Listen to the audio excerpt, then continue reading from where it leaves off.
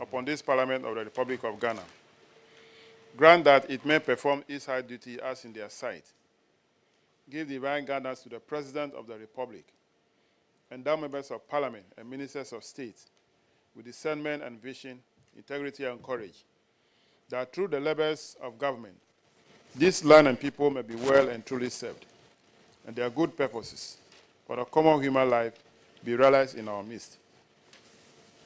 O God, grant us a vision of our country, fair as it might be, a country of righteousness, where none shall wrong his neighbor, a country of plenty, where evil and poverty shall be done away with, a country of brotherhood, where all success shall be founded on service, and honor shall be given to the deserving, a country of peace, where government shall rest on the will of the people and the love for the common good.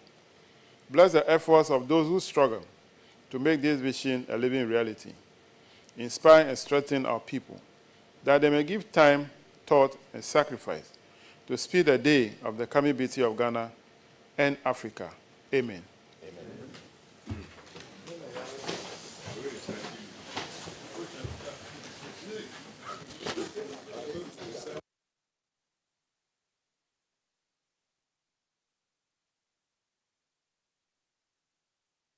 Honorable members, you are welcome to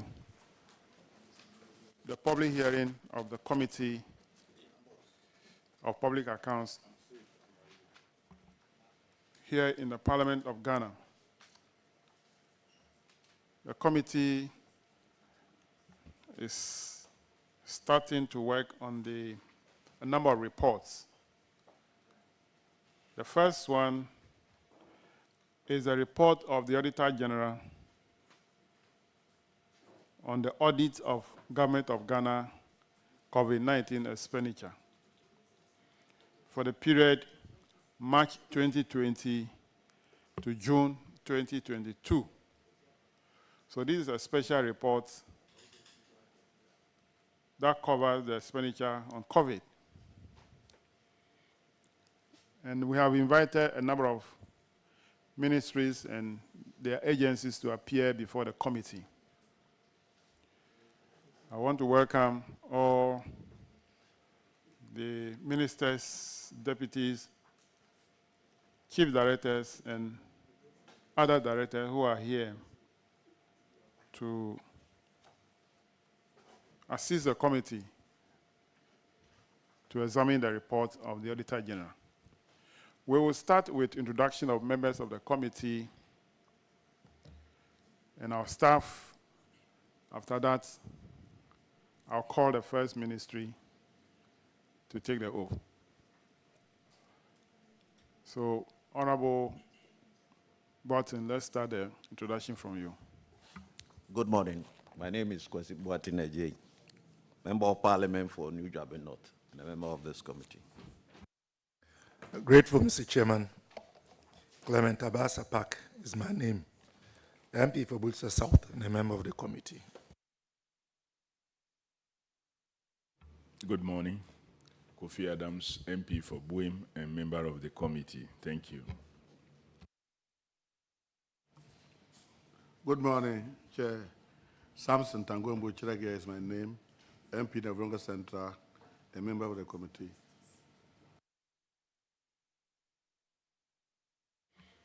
Good morning once again. My name is James Kluchi Abaji, MP for Katuno and the chair of the committee. Good morning. My name is Kofi Ochre Ajokum, MP for Fantiakwa South and the ranking member of the committee. Good morning. My name is Ernest Yaonim, MP for Kumawu, member of this committee. Hello, good morning. My name is Akwesi Kunedu, the member of Parliament for Mention of Constituency and a member of the committee. Good morning. My name is Yusuf Suleimana.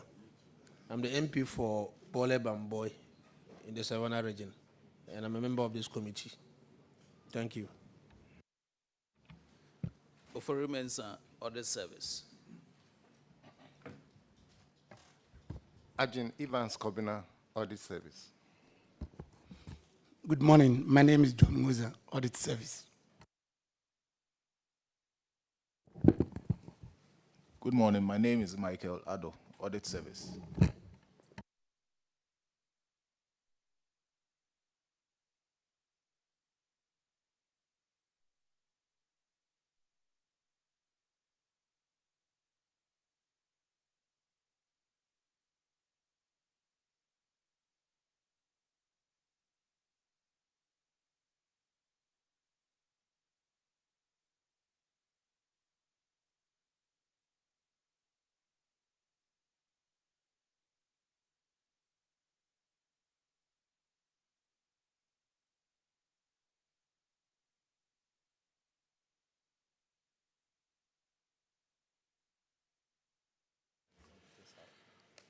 All right. Thank you very much. Shall we have Ministry of Finance and Ministry of Health to take the oath?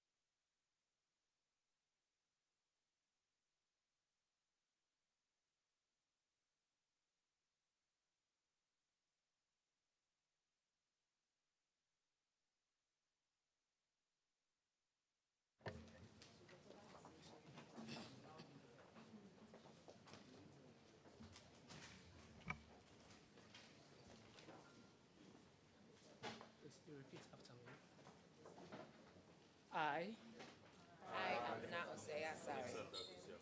do in the name of the Almighty God swear, that the evidence I shall give before this committee, touching the matter in issue, shall be the truth, the whole truth, and nothing but the truth. So help me God. Thank you.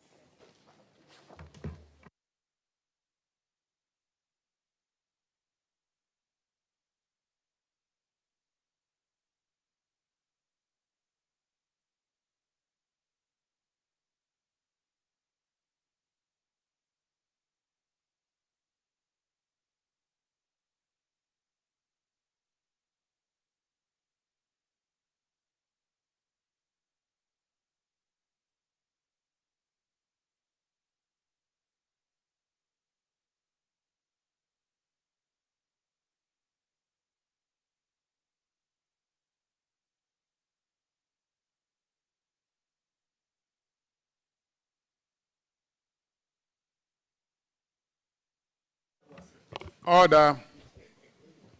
Kindly introduce yourselves to the committee.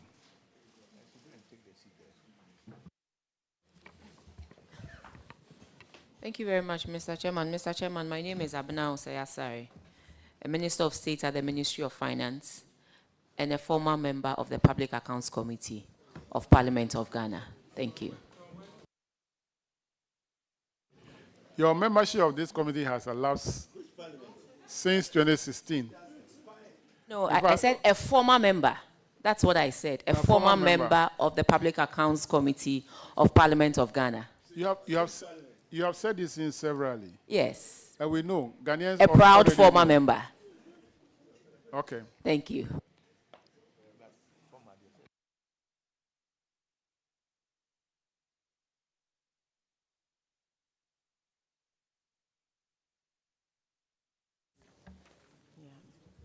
Good morning, Mr. Chairman. My name is Stella Williams. I'm the Coordinating Director at the Ministry of Finance. Good morning. My name is Ya Asantua Asante, Group Head for the Budget Monitoring and Reporting under the Budget Division. Thank you. Good morning. My name is Hayford Amo. I'm the Director Internal Audit at the Ministry of Finance. Thank you, Chairman.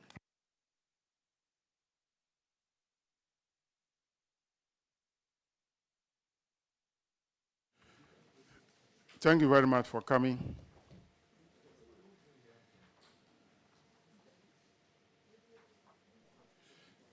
Honorable Deputy Minister, I hope those officers who were involved or who were in charge of the COVID expenditure have accompanied you to respond to most of the issues. Thank you very much, Mr. Chairman. Mr. Chairman, Minister of State, yes, they are here. You said Deputy Minister, I just wanted to correct you on that because this house is a house of records. Sorry for lowering your grade. You are Ministers of State. And thanks for the answer.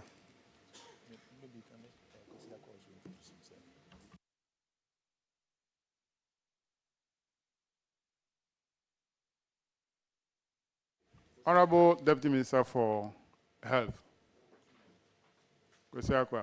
did you take the oath? Yes, Mr. Chairman, I did. All right. Can you introduce yourself? Thank you, Mr. Chairman. My name is Alexander Kwesi Akwa, Deputy Minister for Health, Member of Parliament for Achimota.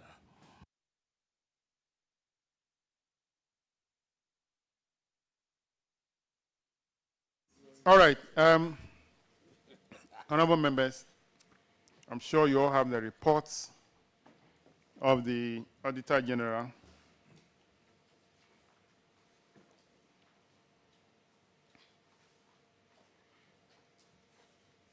And I want to read the Auditor General's transmitter letter, which is headed Report on the Audit of the Government of Ghana COVID-19 Expenditure for the period March 2020 to June 2022.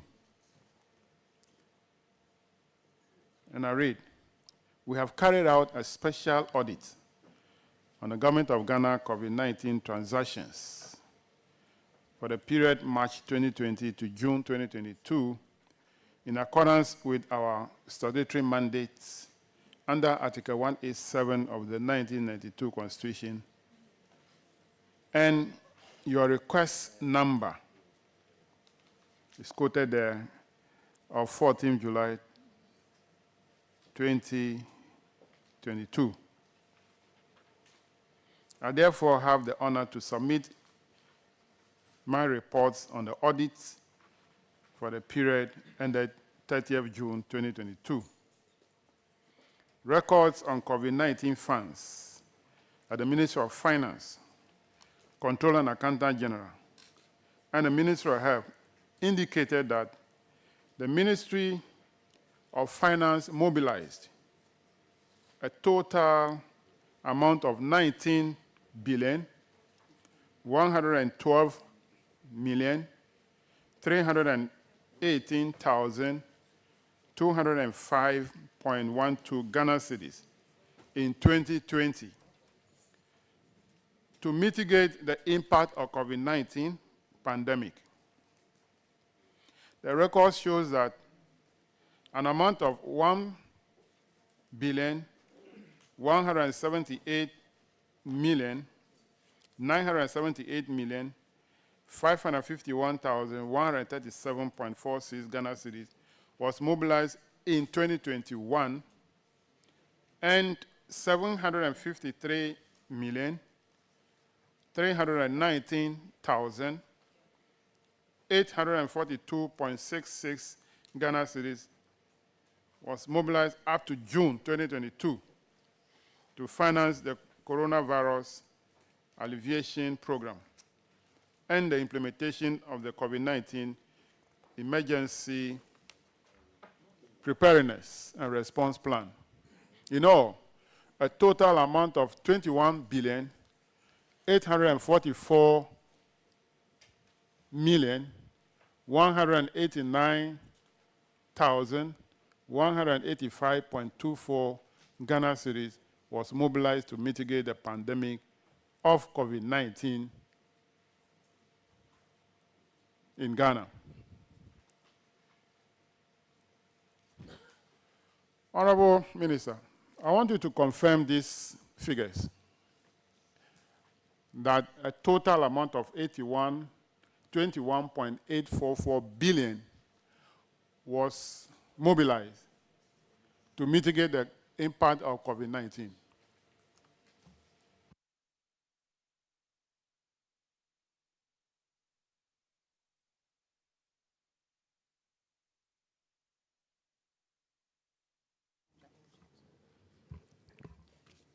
Thank you very much, Mr. Chairman.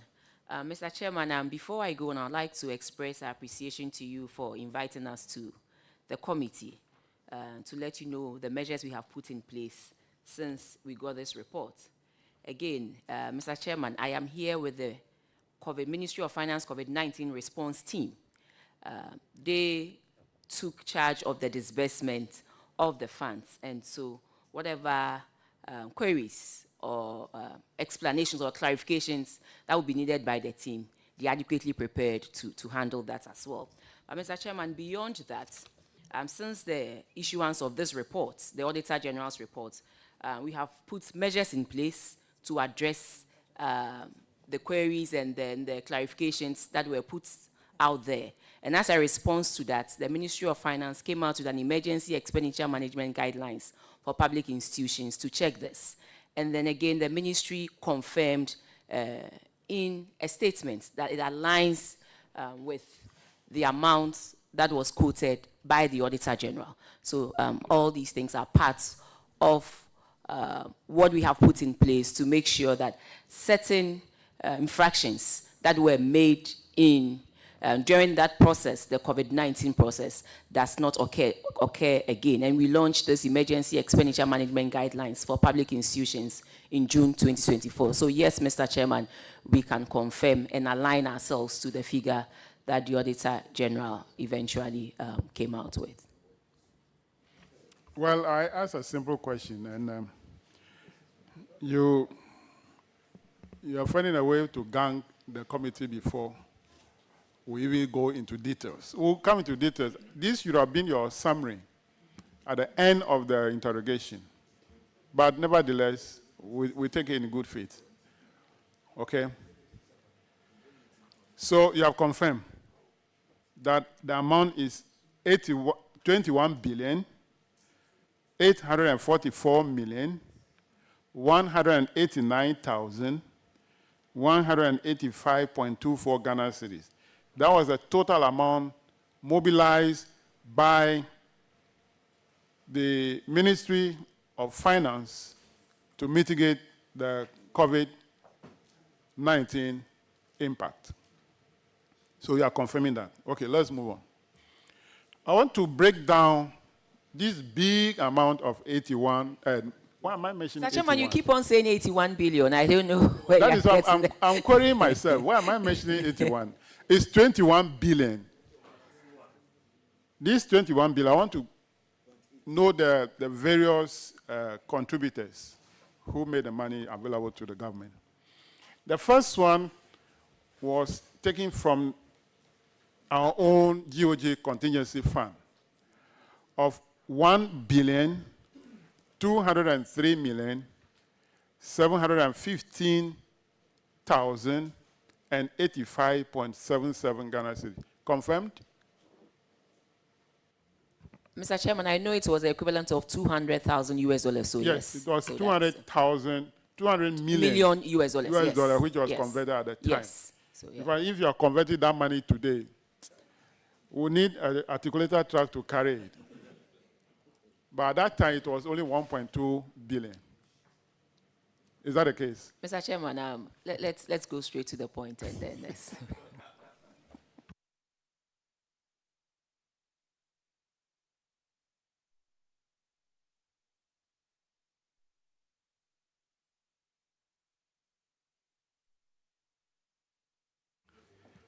Thank you very much. The next one was a portion of the Garrick Fund that we took, $65 million, also converted at the time was 353,574,000 Ghana cedis. I'm sure you will confirm that one too. The Garrick Fund, the 65 million that will take. Yes, the equivalent of 65 million, which was approved Yes. for us by Parliament. So Sure. that one, Mr. Chairman, I know you know that is correct. I know it's correct. I just want confirmation. Everything here is correct. I just want confirmation. The next one is the fast-track COVID-19 facility of 35 million from the World Bank Group, which in city terms is 204,502,418.45 Ghana cedis. Also confirmed.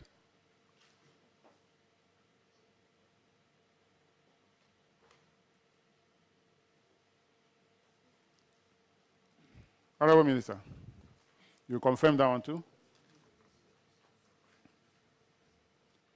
The equivalent of 35 million US dollars. Yes. Yes. The figure is there in cities. So I mentioned the 35 No. million and then mentioned the city component. The city is 192. No. Yes. The city is 204. You are adding the 2022. I'm talking about the equivalent of 35 million. Okay, I'm adding the 2022. Yes. But the equivalent is not 192 million. Yes, 192. Yes. Okay. Then the additional facility also under the fast track of 130 million. Yes, the equivalent of 130 million. Yes, Mr. Chairman. And that is 447 million.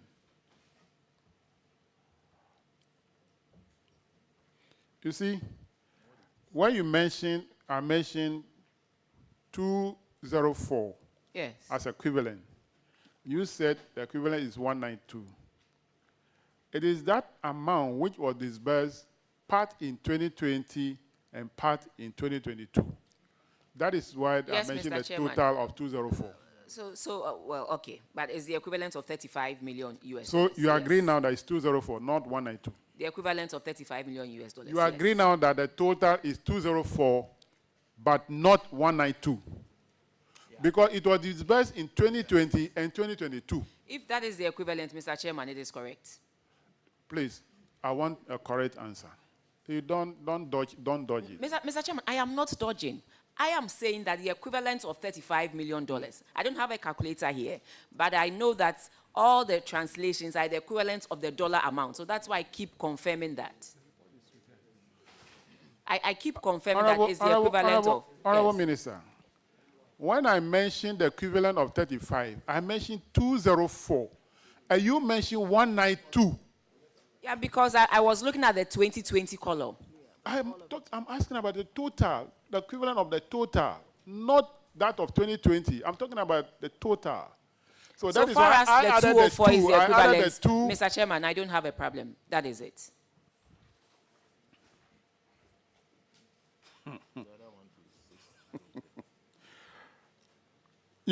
Let's go to the next one. Another 200 million disbursed in 2021 and 2022. The total 816 million. Is that correct? Please use the mic. Yes, the equivalent of 200 million US dollars. You're saying it's 186. Yes. Then we got $1 billion from the IMF. And that equivalent was 5.566676.161.54 billion Ghana cedis. Is that correct? The equivalent of 1 billion US dollars, yes. Then we got another money from the AFDB I'm sure that is African Development Bank. We don't have the dollar components, but the amount in series is 398 billion, no, million, 745,781.93 Ghana cedis. Approved? Yes. Then we got another one from EU, European Union. No euro component or dollar component, but the city amount is 569,617,581.78 Ghana cedis. Correct? Yes. Then we raised bond. Bank of Ghana raised bond. COVID-19 bonds. 10 billion Ghana cedis. Is that correct? Yes. Good.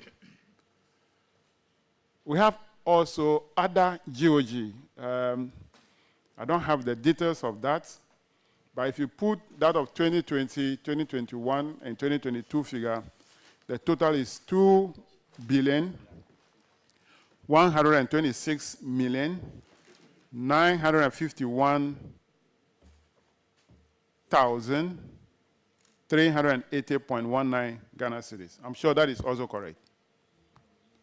Honorable Minister. GOG funding on 827 million. Yeah, other GOG. Correct. So, in all, you have confirmed the entire 21.844 billion. Is there any other funds that the ministry raised to fight the pandemic, which is not captured in this report?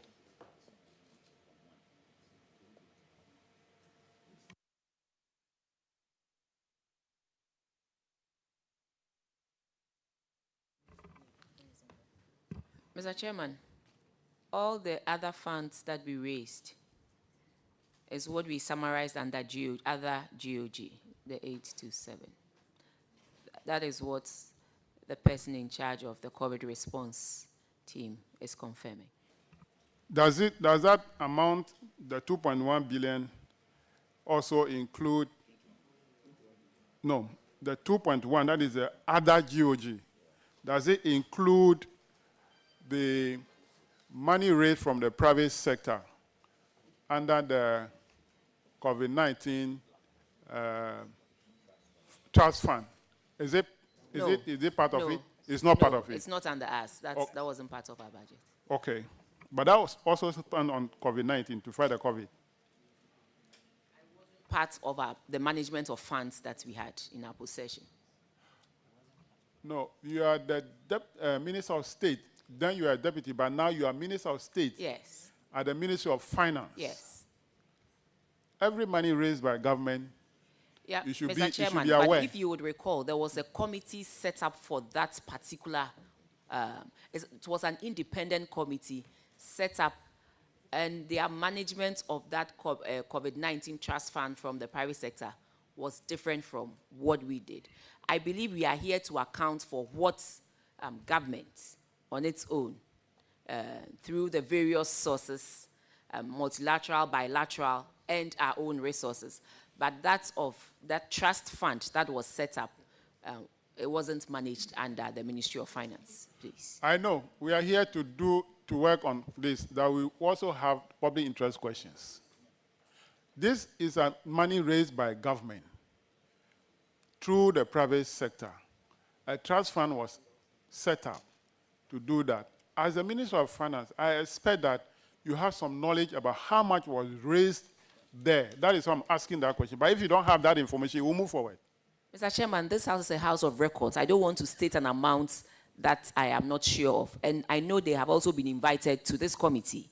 And so respectfully, if we can allow them to come and then speak to the facts, I'll be very grateful if you can allow this to happen, because that management of those funds were under a different group of persons, not under GOG. Thank you very much. What I was trying to do is to know the total money raised to fight the pandemic. If the report says 21.844 billion, and we know there is a trust fund set up, there's money raised there. If we have a knowledge of how much was rallied from there, then we can know the total amount that government raised to fight the pandemic, not to put you in any tight corner. No. My intention of asking that question, if you have knowledge, so that we know, oh, we have raised so much through the trust fund. So this was the money made available to fight the pandemic, in addition to this one. That is why I'm asking that question, not to put you in any corner. Oh, I don't think you are putting, I don't feel that you are putting me in any corner. All I'm saying is that they are also to be invited to appear before the Public Accounts Committee, and I would want them to speak for themselves, please. All right, so for now, we have established that 21 billion 844 million 189,185.24 Ghana cedis was raised purposely to fight COVID-19 pandemic. We can now move forward. But before I move forward, honorable members, if you have any question to ask on this, I can open the floor for you. Honorable Yusuf. Yes, Chairman. I want to find out, you're asked to know all the sources of revenue towards COVID-19 pandemic and its mitigation. We are aware that you levied 1.5% as COVID levy by Act 1068 or so. Is that money also part of this amount of money we are talking about? Because Chairman wanted to know the total amount of money received. So if you have levied Ghanaians and you have received some money, is that money part of this, and how much was it? Thank you very much, Mr. Chairman. Mr. Chairman, the COVID-19 levy is not part of this amount that we have here. And clearly, Chairman went through one by one all the sources. And so for this one, for 2020, we hadn't even set up the COVID-19 levy fund. And so it is not part of it. Yeah, thank you. Chairman, my last follow-up. I want to find out why we still pay the levy even though COVID is no more. Yet we are still paying the levy because the money was meant to mobilize, the tax was meant to mobilize money to fight COVID. Not necessarily to fight COVID alone. Mr. Chairman, COVID is no more, but the impacts of COVID we still feel. There are so many things that we did during the COVID-19 pandemic that we are now having to take care of. And so, just like you stated, the BOG COVID-19 bonds, we started paying after 2021, I think 2021 or 2022. So the effects of COVID is still with us, and government is using that to address that money is being used to address part of the effects of COVID-19. COVID is gone, but the effects is still with us. We still have to pay for COVID-19 vaccines to build the immunities of our citizens. There are so many things that we did in COVID, during the COVID time, that we are still taking care of, respectfully, Mr. Chairman. And then once Parliament also passed the COVID-19 levy approval of the revenues that should come in 2024, it is still one of the taxes that we are collecting to help government solve some of the problems or effects of the COVID-19. When would Ghanaians be relieved of this tax? When? Do you have an idea? Or is just coming, it's come to stay? Thank you very much, Mr. Chairman. Mr. Chairman, I remember that for the COVID-19 levy, when we brought it to the floor of Parliament, we said that after a period, it will be subject to for a review. And so I cannot sit here and say when, but it was also stated when we brought that revenue measure to Parliament. Honorable Minister of State, did I hear you say that we're still paying for the vaccines? What I'm saying is that, Mr. Chairman, I know that people are still receiving COVID-19 vaccines. Yes. The vaccines are in. You said there are other things we need to do. Yes, and the one of them effect, is yes. to pay for the vaccines. I'm asking, are you still What buying I'm saying the is vaccines? that, Mr. Chairman, so the vaccines that are coming in, they are not free. So vaccines are still coming in? Yes, people are still taking COVID-19 vaccines. Vaccines are still coming in? What I'm saying is that, Mr. Chairman, I know that COVID-19 vaccines are still in the system. People are taking COVID-19 vaccines. So definitely, I know it is not for free. And Mr. Chairman, that wasn't the only thing I said. Well, Minister. Mr. Chairman, respectfully, that wasn't the only thing I said that we were using to... that is my interest area. That's what I'm asking. Yes, I understand, but let me put it in context that the effects of COVID is still with us. I even mentioned the part that we still have to service the 10 billion bond loan we took from Bank of Ghana. So the effects are still with us, and we're having to address it. So government is using this as part of the revenues being generated to address such effects. I asked a simple question. You are dodging the question. Mr. Chairman, I'm not dodging your question. Are you still buying the vaccines into the country? Are you still buying the vaccines? Mr. Chairman. Yes, no. Mr. Chairman, it cannot be a yes or no answer. What I'm saying is that people still receive COVID-19 vaccines. Even though I have taken 2 shots, I have gone to take a 3rd one. So it is in the system. And once it's in the system, obviously it cannot be for free. And we don't produce the COVID-19 vaccines here. So I'm saying that, yes, we have vaccines in the system, and the vaccines in the system definitely will have to be paid for. Honorable Minister of State, I will encourage you to push this question to the officers who manage this. Your responses are not helping matters. Because we need to make the thing clearer to the people of Ghana. They are listening to us. They are watching us. Those vaccines in the system, have you already bought them, which you are still giving out, or you are importing them now? This is a question I ask. Mr. Chairman, but you should also know that the vaccines have a lifespan. So you cannot buy them 2-3 years and then use them. So if we still have vaccines in the system, clearly it tells you that, yes, vaccines are being procured to help boost the immunity of our citizens. So just answer my question that, yeah, we are buying more, bringing them. Just tell me that. That Mr. we are Chairman, buying new ones. I cannot say we are buying new ones or we are bringing more. All I said was that the COVID-19 levy is being used to address the effects of COVID. COVID has left, but COVID has some effects that we still have to address. That's all I'm saying. Okay. We are going. We just started. We'll get there. Honorable Mutala. Thank you, Mr. Chairman. Honorable Minister, we all do know a bulk of the COVID vaccines were given to us free in this country. Free. The one we attempted purchasing was it was tangled in a serious problem. We never got them. Could you tell this committee what we bought, how much we spent in buying them, and no. Could you tell this committee the vaccines that you think that we're still paying for, those we got free, and perhaps those we bought, have we finished using them? For which reason we need to buy more? Could you tell this committee? Honorable member, I think that I will not allow that question at this stage.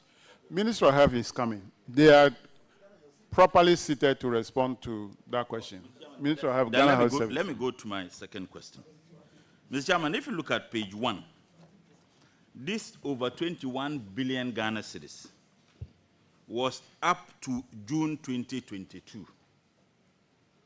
After June 2022, did you, and when I say you, I mean government, incurred an additional cost as far as the management of COVID is concerned? Sorry, revenue as far as COVID is concerned. Did we raise additional revenue after June 2022 as far as this COVID management is concerned? Minister. Did we raise additional revenue? Yes, because what we have here Yes. is up to June 2022. Yes. How much were we able to raise after June? You are asking if we mobilized anything in the name of COVID after 2022? Yes, because what we have here is up to June 2022. Yeah, Mr. Chairman, after 2022, COVID had been with us for 2 years. So anything at all, we'll go through the MDA's specific budgets, and the MDA specific government will allocate through its normal budget to the MDA. So it wasn't, I don't remember mobilizing additional. But whatever it is, it will be GOG being given to the MDAs to address a concern. Mr. My last question on this, I think I've gotten the answers I wanted actually. My last question is on the COVID levy. When the Minister for Finance, then you were the Deputy Minister, came to Parliament seeking a tax regime for the purposes of raising revenue in the name of COVID, the Minister, part of the justification for which reason he expected the people of this country to pay that tax was because government spent money in providing free electricity and free water. It was part of the justification by the minister under your boss when he came seeking this additional tax regime. Now, I want to find out from you how much government spent specifically for the purposes of providing water and free electricity to Ghanaians, and how much has been generated as a result of this. And wouldn't you agree with me? Wouldn't you agree with me if, I want to finish and allow me to ask my questions. Honorable member, I don't want to ask our questions. again disallowed. We have a lot to go. Okay, and so answer the first leg. Answer to those questions will come up. So answer the first leg of the question, which is how much government has generated as a result of the COVID levy, how much was spent for the purposes of providing free water and free electricity. Please allow her to answer the question. Thank you very much, Mr. Chairman. Mr. Chairman, for the COVID-19 levy, even just yesterday, when the mid-year budget was submitted to Parliament, the figures are in there. Consistently, every year, we show the amount that we have raised from the COVID-19 levy. Mr. Chairman, I will put them together and bring to the committee because it's always attached as part of the appendices to the budget and to the mid-year review that we bring to Parliament. So, Mr. Chairman, I will provide the committee with all the monies raised under COVID-19 levy since it was passed. Thank you. Thank you very much. Ranking member. Chairman, thank you. Minister, out of the 21 billion that we raised for COVID-19,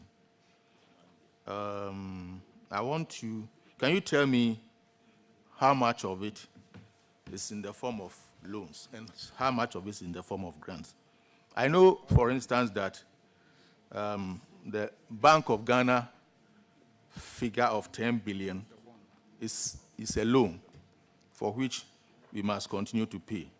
But apart from that, which other monies did we receive that are loans that we will have to pay for?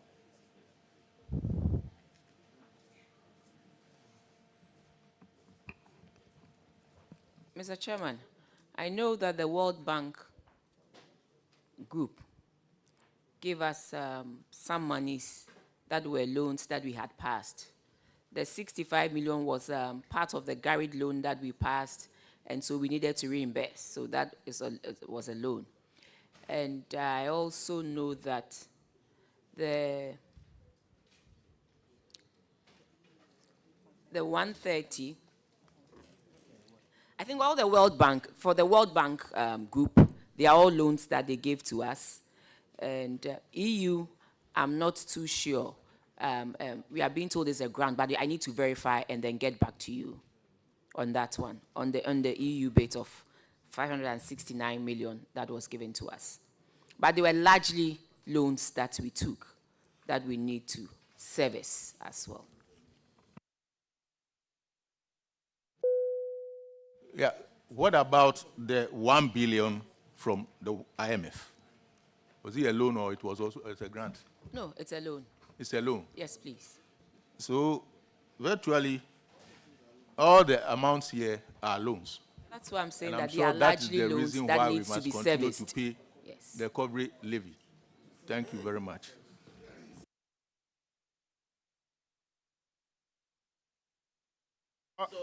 Honorable Roxanne. Yes.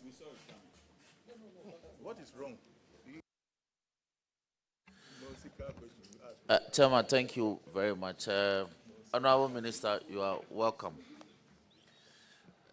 Now, the auditors, if I may refer you to, do you have a copy of the report? If I may refer you to, yes, the transmitter letter of the Auditor General. It says the opening paragraph reads, "We have carried out a special audit on the Government of Ghana COVID-19 transactions for the period between March 2020 to June 2022 in accordance with our statutory mandate under Article 187 of the 1992 Constitution. And your request number HM/IAU/GAS SCE/1/07221 of 14th July 2022, which clearly states that the request to undertake the audit was from your ministry. Now, as part of the funds stated as being funds utilized by government to fight the disease, I was hoping that you would have indicated that the funds that were accrued to the COVID-19 Trust Fund for that period would have been stated as part of the funds utilized. Because the Bank of Ghana, for instance, donated 10 million Ghana cedis to support that. No. Donation to the trust fund. So it was part of the public funds that we utilized. It's missing from the account of the auditors. Then 2, regarding the COVID-19 recovery tax, I was also hoping that your ministry would have informed the auditors that for the period for which they were carrying out the special audit, X amount of money had been realized for fighting the disease for the period under review for the audit. That was also missing. So there are 2 funding sources missing from the work of the auditors. So the figure of 21.84 billion may be an understatement. That is correct. In terms of how much we got to fight the disease within the period that the auditors audited, the account. Should I? It's a question. Yes, please. Can I answer? Yes. Thank you. If you have the information. Yeah, Mr. Chairman, we went over the COVID-19 Trust Fund. I believe we are here to answer to the funds that came through Government of Ghana.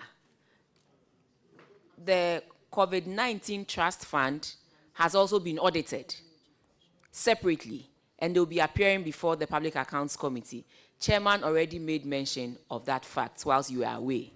And so that is it. What we were audited on is the 21 billion, and that is why we've been asked to come and give details and clarifications to any queries that have been raised as a result of that.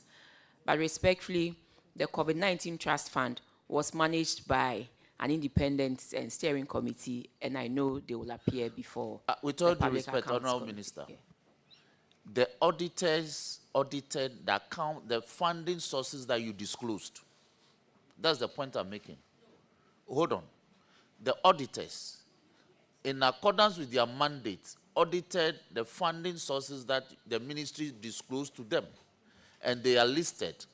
And I'm saying that by law, we use Act 1013 to set up a public trust called the COVID-19 Trust Fund, for which public funds were channeled for the activities.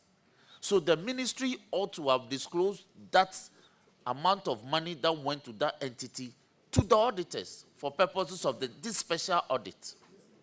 That was not disclosed to them. Then again, I'm saying that you also failed to disclose to the auditors that in addition to these funding sources totaling 21.844 billion, the total tax revenue that was accrued between when we passed Act 1068 in 2021 and the period of July 2022 when they were auditing the account, that too was not disclosed to them, and how it was applied. That is my question. So the 21.844 billion is an under declaration of the amounts, the total amounts that we got to fight the menace. That is accurate, isn't it? Yes, Honorable Minister. Thank you very much, Mr. Chairman. Mr. Chairman, like I mentioned earlier while my colleague was away, that the COVID-19 fund, it is part of the revenue lines that government uses to raise money to solve the effects of the COVID-19 pandemic. And respectfully, every year, we show to the people of Ghana how much we have been able to raise through the budgets in the appendix. Just yesterday, the mid-year budget in the appendix also showed the amount of money that we have been able to raise under COVID-19. So, Mr. Speaker, sorry, Mr. Chairman. Very soon I'll be, not now. So, Minister, Mr. Chairman, those revenues are disclosed in there, and they are not solely used for COVID-19, but it's one of the revenue lines that government uses to support the budget, and in addition to that, fight or address the effects of the COVID-19 pandemic. Honorable Minister, my question is that the auditors were mandated to conduct a special audit within a certain period. And within that period, you have disclosed nearly all public funds that we got to fight the pandemic. So my question is that you failed to disclose how much tax revenue we got from the COVID-19 recovery tax. Mr. Chairman, that's the point I'm saying. What my colleague is also failing to understand is that the COVID-19 levy is one of the channels of revenues the government uses to raise total tax revenue. Well, so it's not about COVID. Honorable members, the minister earlier on, order. The minister earlier on said that for the trust fund, they don't have any information on that. Because there's a committee that was set up to manage that fund. So it is not something that is under the Ministry of Finance. Even though I do not accept that one, because I think that as a Ministry of Finance, every government fund must come to your knowledge. But that is the position, so we'll accept it that way and move forward. But on the issue of the levy, your point is that you've been disclosing that one in the budget statement. And even yesterday, it was disclosed in the mid-year review. But that is a revenue. You are disclosing it. How you are using it, you don't disclose that one. Mr. Chairman, respectfully, the taxes that we raise, they are raised to support the budget. We bring the budget to Parliament.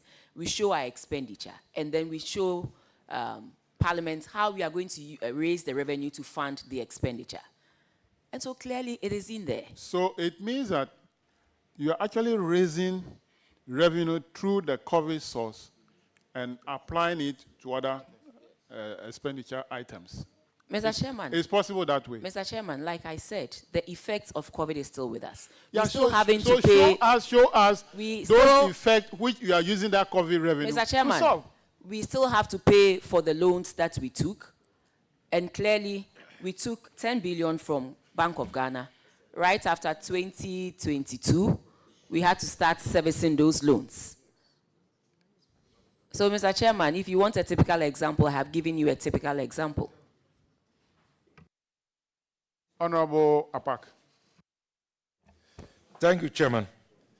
Honorable Minister, one of your references with regards to the effects of COVID, although we are no longer in the throes of COVID, has been the payment of loans. You just spoke about servicing the 10 billion that was taken. How much of the loan has been paid down on the basis of revenue accrued through the levy? Thank you very much, Mr. Chairman. Mr. Chairman, respectfully, I wouldn't have that with me, and I can provide the committee with the details if they so require. Very well, Mr. Chairman. I asked the minister if she could provide us with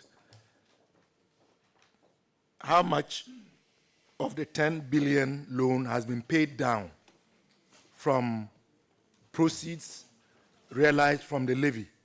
She says that she doesn't have those figures now, but if we want those figures, she could make those available.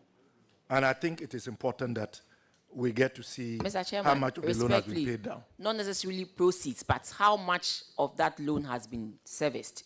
I will gladly bring it to the committee. Okay, have we started servicing that loan, the bond? Yes, we were given a grace period, I think, of 2 years. So after that, yes, you are supposed to service. How about the IMF one?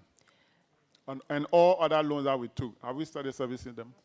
Mr. Chairman, some of the loans have a 5-year grace period, so I'll need to check and whether we have started servicing, because we took it in 2020, and so I need to check. And so until the last pesewa or the last cent is serviced, we'll continue to pay the COVID levy.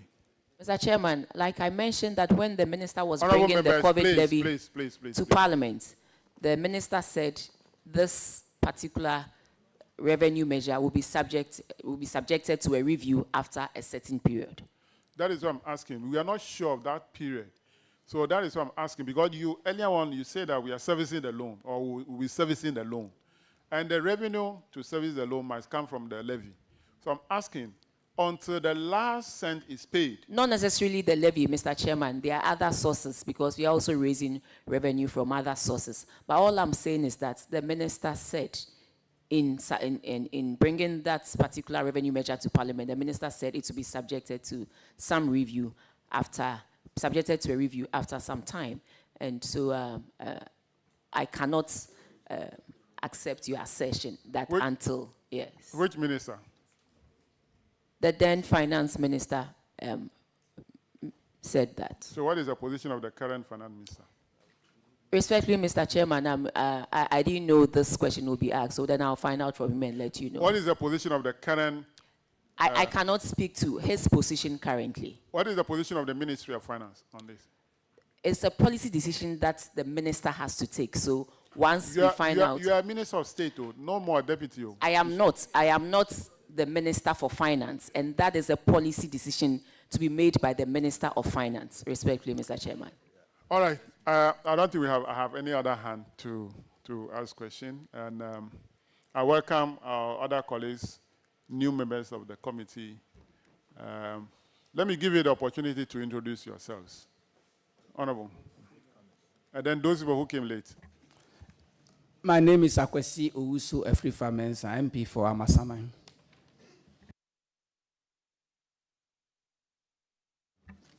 Honorable Johnson, Edu, MP for Ahafua, North South Western Ashanti Region, a member of the committee. Good morning. Thank you, Chairman. I am Honorable Dr. Frida Prempe, MP for Tana North and a member of the committee. Thank you. Minister, introduce yourself.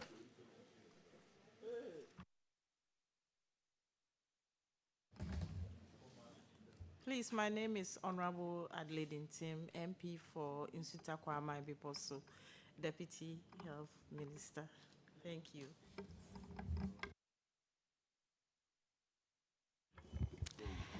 Good morning. My name is Dakwa Newman, MP for Okankwe South, and until 2 weeks ago, I was a member of this committee.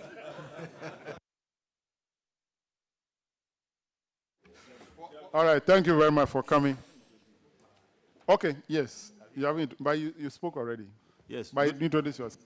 Good morning. My name is Comrade Ibrahim Murtala Mohammed, MP for Tamale Central. Abna, what are you saying? Comrade Ibrahim Murtala Mohammed, MP for Tamale Central. And inshallah, by next year, I'll be in government and you'll be in opposition. All right, thank you very much. We also have our Minority Chief Whip, Honorable Governors Kwame Agboja, who want to come and observe how the proceeding is ongoing. So, Honorable Leader, you're welcome. So, let's continue. Now, we have now established the revenue. We'll now go to the disbursement or the expenditure side. So, the first one is how you utilize the contingency fund. That's paragraph 19 of the report, page 9. The 1.203 billion, you use that fund or money to pay frontline health workers, supply of food items, free water and electricity, evacuation of Ghanaians, support for small and medium-scale businesses affected by COVID, purchase of various medical supplies, and then also the cost of mandatory quarantine of Ghanaians who were stranded, and other COVID-19 payment. So the auditors have audited this. The details of this will be seen in the other sector, the various ministries that took part of this money, how they spend it. So can your officers who handle this confirm that for the contingency fund, this is how it was disbursed?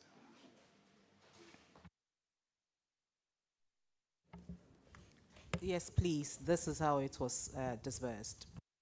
Thank you very much. Let's go to the next one, paragraph 20 to 22. Ranking member.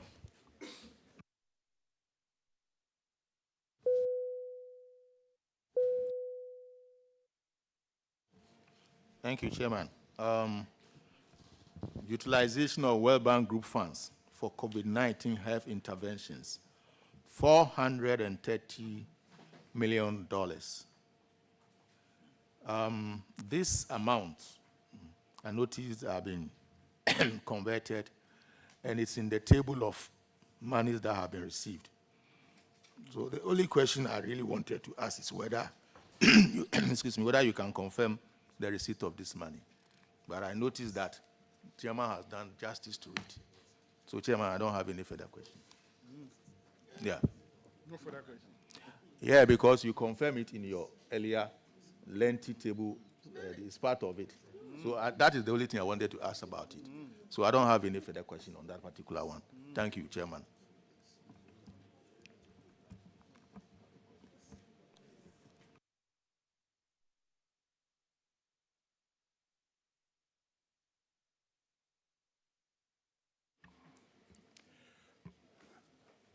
All right.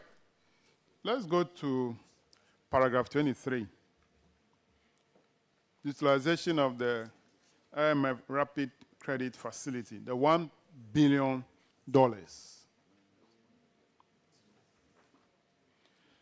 Now, the auditors observed that the government of Ghana received $1 billion as at April 2020 from the International Monetary Fund. And the money was used. The auditors also noted that the amount was utilized on liability management. On liability management. District Assembly Common Fund for the fourth quarter allocation, NAPCO, second quarter allocation, LEAP program, first quarter allocation, free SHS program, second semester, 2019-2020, academic year, free water and electricity, capitalization of National Development Bank of Ghana,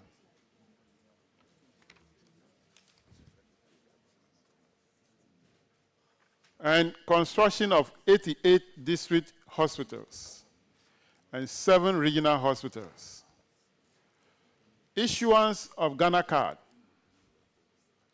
and mop-up exercise across the country, among others. Honorable Minister, District Assembly Common Fund, the money that was given to government to fight COVID-19 pandemic was used to pay District Assembly Common Fund, fourth quarter. The District Assembly Common Fund is a factor of tax revenue of government.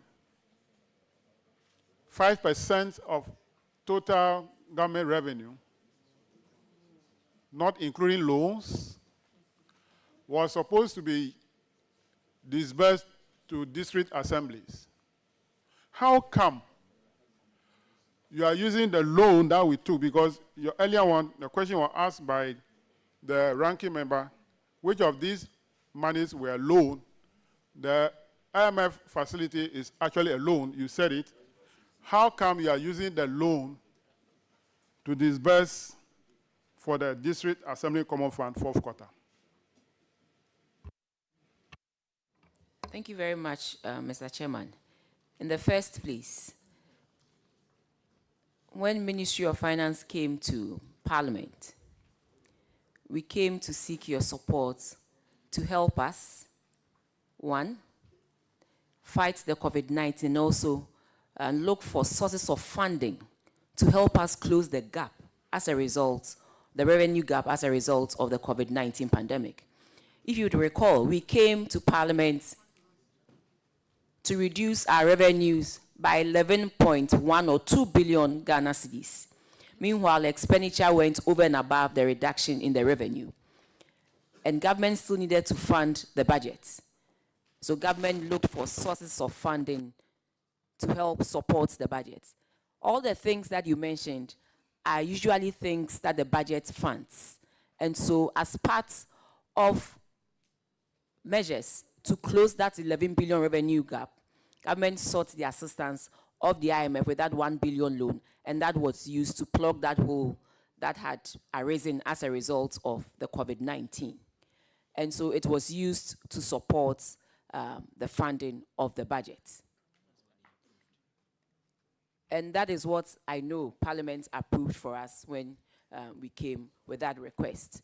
And you mentioned the fact that we used part of that to pay for DACF. Yes. Yes, that was what I was coming to. You mentioned that we used part of that to pay for DACF. Mr. Chairman, if you would recall, DACF had to make a lot of interventions to help the district assemblies to also put in their support to fight the COVID-19. They had to help them with the PPs, they had to help them with the sanitizers, and all the other things that nobody ever budgeted for. So yes, government used parts of that support, budget funding support, to give to the DACF to help it fight the COVID-19 in the various 275 districts, municipals, and metropolitans that we have. So that is why government did that. And then Parliament itself approved for us to use as budget support. And so we use this to plug the 11-point-something billion revenue gap that arose as a result of the COVID-19 pandemic. Honorable Minister, I have explained why I asked that question. That the District Assembly Common Fund is a factor of revenue that we raise. It does not include loans that we use to support the budget or to fund the budget. It doesn't. It's a factor, 5% of whatever we have raised as government. My question is that why did you use the loan money for a District Assembly Common Fund? That's simple. That's my question. Mr. Chairman, I answered your question. You haven't. I answered the question to the fact that during COVID-19, even though we had stated that DACF, we all know that DACF revenues is a function of the monies that we raise, we came to Parliament to reduce that year's revenue by 11.1 billion. So clearly, DACF was not going to get that 11.1 billion, the 5% of the 11.1 billion. But yet still, DACF needed to support the various 275 constituencies as a result of the COVID-19. And so based on that, government used part of its budget support. It is not necessarily alone. Severally, throughout the history of this country, governments go for support in this regard to help pursue its budgets. And so government says, I am using part of my budget support to give to the DACF to fight the COVID-19 in the various districts and municipals and assemblies. Mr. Chairman, maybe we are here today, but at that time, the assemblies needed that money. Otherwise, things wouldn't have gone the way they went. We are here today, everything is fine, the assemblies are running. And maybe that is why we are taking that position. But clearly at that time, when the assemblies needed PPEs, when the assemblies needed support to fight the COVID-19, government had to step in. Even though our revenues had gone down by 11.1 billion, government had to step in. And you remember government said that for us, we know how to bring the economy back. But what we don't know how to bring back is waking the human beings, or dead people, bringing dead people back to life. So, Mr. Chairman, respectfully, that was why government had to do what it did. It is not that we took a loan and then just gave it to DACF. At that time, revenues had been brought down by 11.1 billion, expenditures had gone up by 13.1 billion, and government needed to support the DACF, also fight the COVID-19 in the various assemblies. And this was part of the budget support that government had, and government gave it out. Thank you. Well, honorable members, order. You have used the money to pay NAPCO also. Can you explain that one too? Mr. Chairman, in the budget, clearly we have compensation, interest payments, capital expenditure, goods and services. And this money, like we said, is for budget support. And all these things can be found in the budget. The payment of NAPCO can be found in the budget. The payment of LEAP can be found in the budget.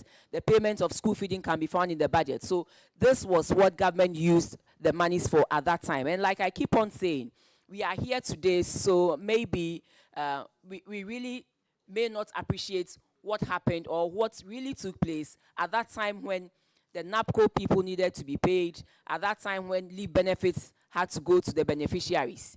And so, Mr. Chairman, this is part of the budget support, and all these things can be found in the budget. And so that is why government used this to pay these beneficiaries. Honorable Minister,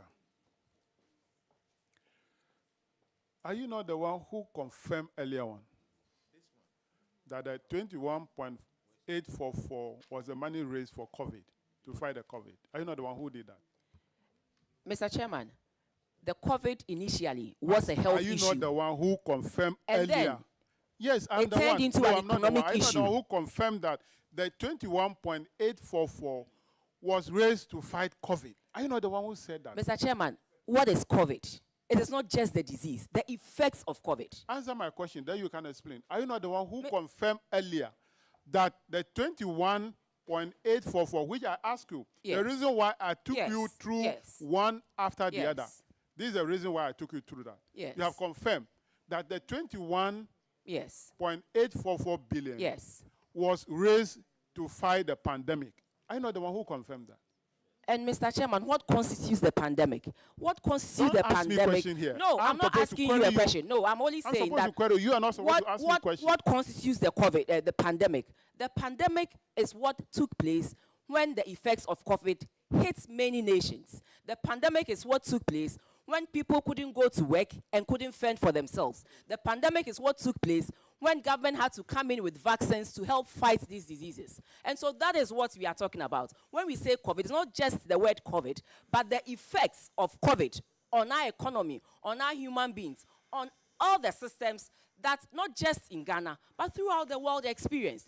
And so, Mr. Chairman, when we say COVID, yes, COVID, but the effects of COVID, because COVID on its own, well, it's nothing, but the effects the pandemic, the COVID caused to this nation. And that is why government had to rush in to raise money to that tune to help fight the COVID pandemic and its effects. If there was no COVID, won't you pay item 1?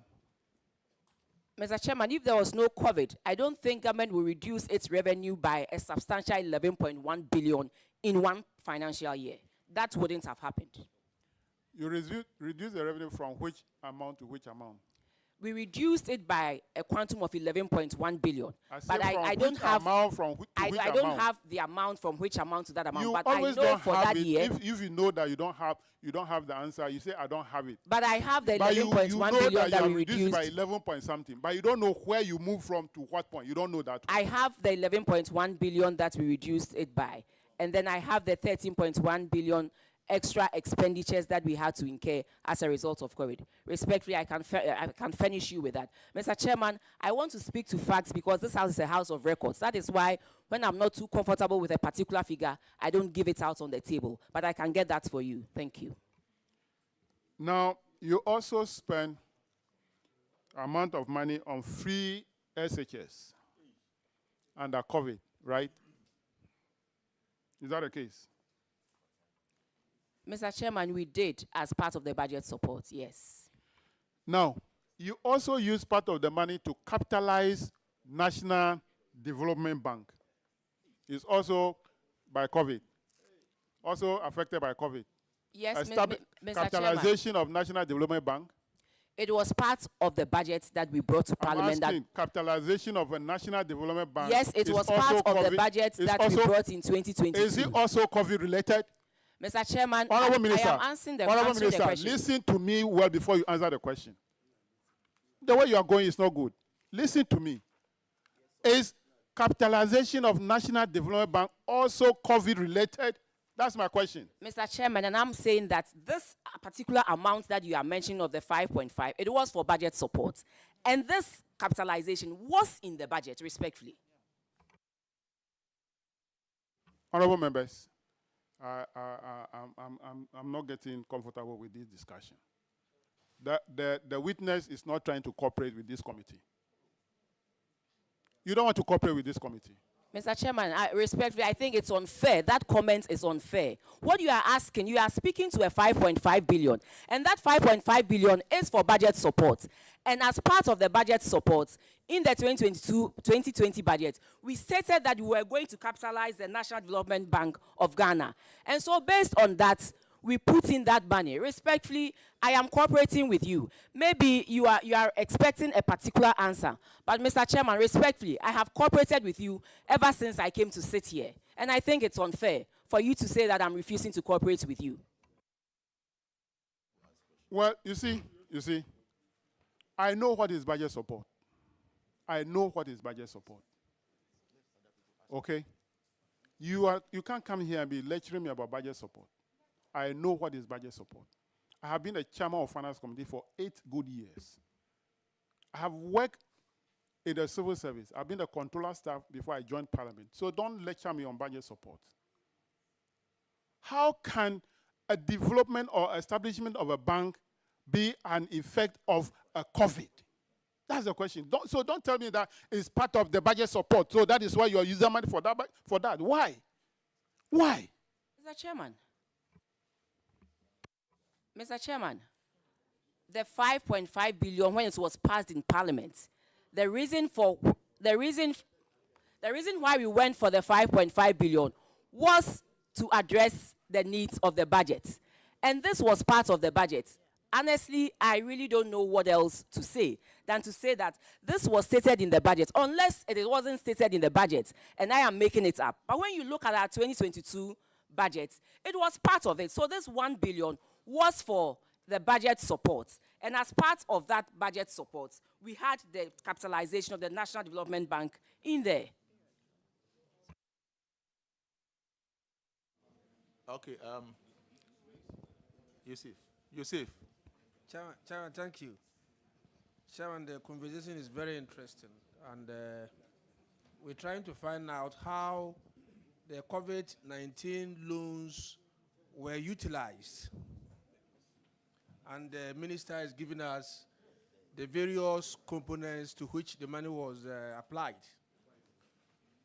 I want to find out from her. I have evidence that the 2020 parliamentary candidate for Sanerigu said on air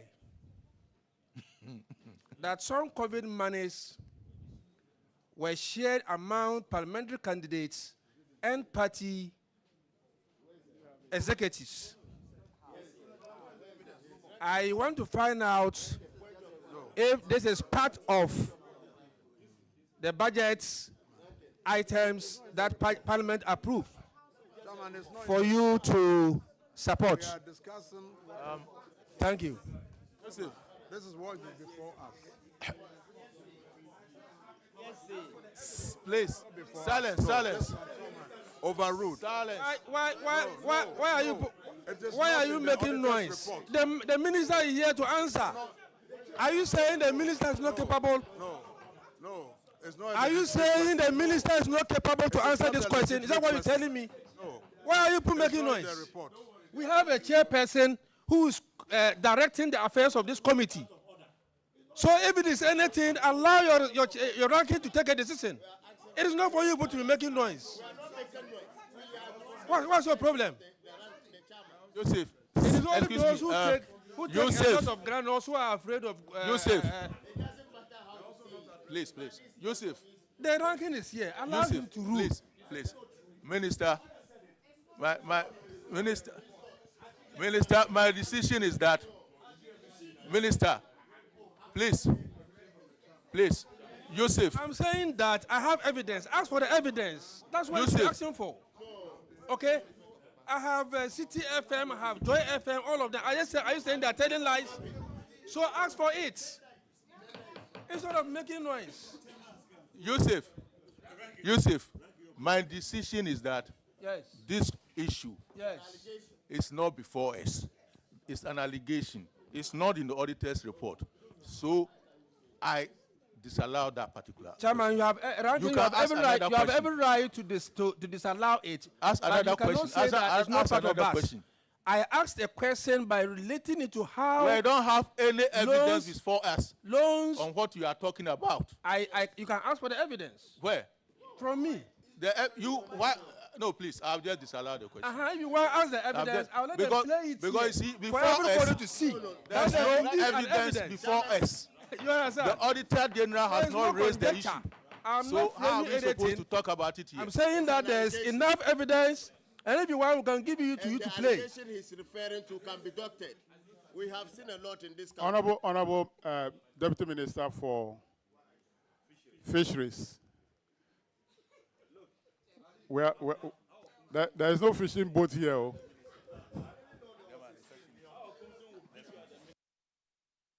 All right, let's move on. On this particular issue, if the minister want to dodge, I'm sure Ghanaians are watching and they are listening. And they will be the good judge. But I'll open the floor for you to ask questions. One, Roxanne. Two, Honorable Kofi Adams. Three, Honorable Isaac. Or you don't have any question? Four, you, and then five. So let's start from you. Mr. Chairman, respectfully, no question has been put to me that I want to dodge, but you said if the minister wants to dodge. But the question was disallowed, so I wasn't given the opportunity to answer.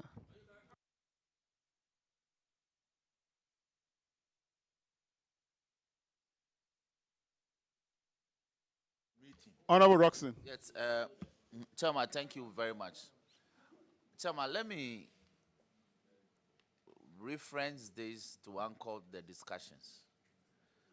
If you read the transmittal letter from the Auditor General to Parliament, in paragraph 3 of the transmittal letter, it reads, records on COVID-19 funds at the Ministry of Finance, Controller and Accountant General, and Ministry of Health indicated that the Ministry of Finance mobilized a total amount of 19,112,318,205.12 Ghana cedis in 2020 to mitigate the impact of the COVID-19 pandemic. The records show that an amount of 1,978,551,137.46 was mobilized in 2021, and Ghana cedis 753,319,842.66 up to June 2022, Mr. Chairman, to finance the coronavirus alleviation, preparedness, and response plan. In all, a total, no, it's a paragraph I'm reading. In all, a total amount of Ghana cedis 21.844 billion was mobilized to mitigate the impact of COVID-19 pandemic in Ghana. So, Chairman, my suggestion is that responses should be stated in context. Everything we are interrogating is with respect of this special report. So, where an expenditure has been audited by the Auditor General, and the response and the question is in respect of the fact that whether or not that expenditure line has any relationship with the COVID-19 alleviation plan activities, I believe that the answer should be very simple. A yes or no answer should suffice so that we can make progress. So Chairman, based on this, I want to reiterate your question and asked whether the recapitalization of the bank was part of, you see, we are not saying, that's what the Auditor General is saying, that this is government's alleviation plan. So if it was part of the government alleviation plan, you just have to tell the committee, the COVID alleviation plan, then we make progress. So whether the recapitalization of the bank was part of the COVID-19 alleviation plan as captured by the auditors. Honorable Minister. Chairman, thank you.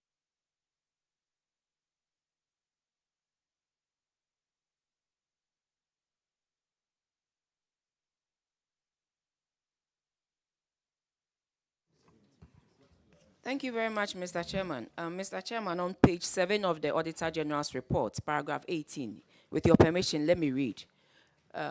The auditors mentioned that we noted from our examination of the records that an amount of 21.8 billion were sourced from the Contingency Fund, the World Bank Group, the International Monetary Fund, the African Development Bank, the European Union, and the sale of BOG COVID-19 bonds for the 2020, 2021, and 2022 fiscal years to finance the coronavirus alleviation program and implementation of the Ghana COVID-19 Emergency Preparedness and Response Plan, as well as budgetary support as detailed in Table 1 below.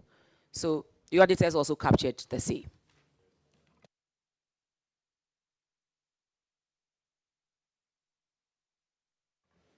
Honorable Apak. Thank you, Mr. Speaker. So, Minister, There's no speaker here. well, he will be a speaker soon. So, Chairman, I'll call you speaker as well. So, it's going to happen.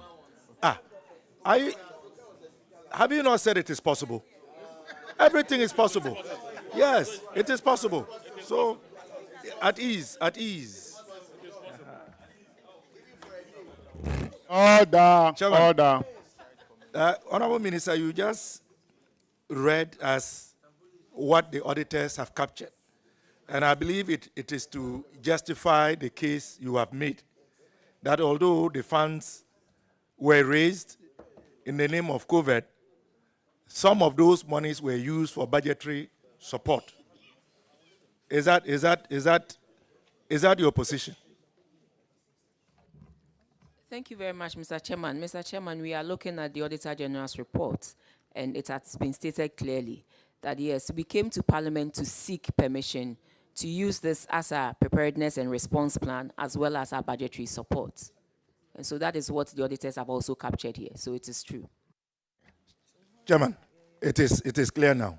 Some of the monies raised to fight COVID were used for budgetary support. We'll get to that. The 21.844 raise, the actual amount spent on budget support and the actual amount spent on COVID. We'll get to that point. Honorable Isaac.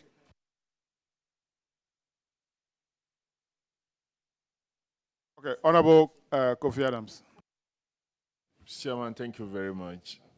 Chairman, I want to go back to your earlier question that you raised on the District Assembly Common Fund. We all agree that payment into this fund is related to tax revenue. And payment to this fund also relates to other funds. The disability, the MPs, and many other funds are linked to the District Assembly Common Fund. So if the minister is saying that they sent some of these monies into the District Assembly Common Fund, is he also suggesting that the related beneficiaries who depend on the District Assembly Common Fund, a percentage of which goes to them, also benefited from these additions? Thank you very much, Mr. Chairman. Mr. Chairman, when monies are sent to the District Assembly Common Fund, we all know that there's a formula for distributing these monies. And so clearly, that is what is expected of the District Assembly Common Fund Administrator, that when monies are sent, and based on the formula and beneficiaries, they also do same. And I don't have any reason to doubt that. So are you saying that if checks are done today and it's found that the related beneficiaries did not benefit from this amount of money, your ministry will pay arrears to the related beneficiaries? Mr. Chairman, this should go to the District Assembly Common Fund Administrator. They manage the District Assembly Common Fund. I cannot and speak to that, please.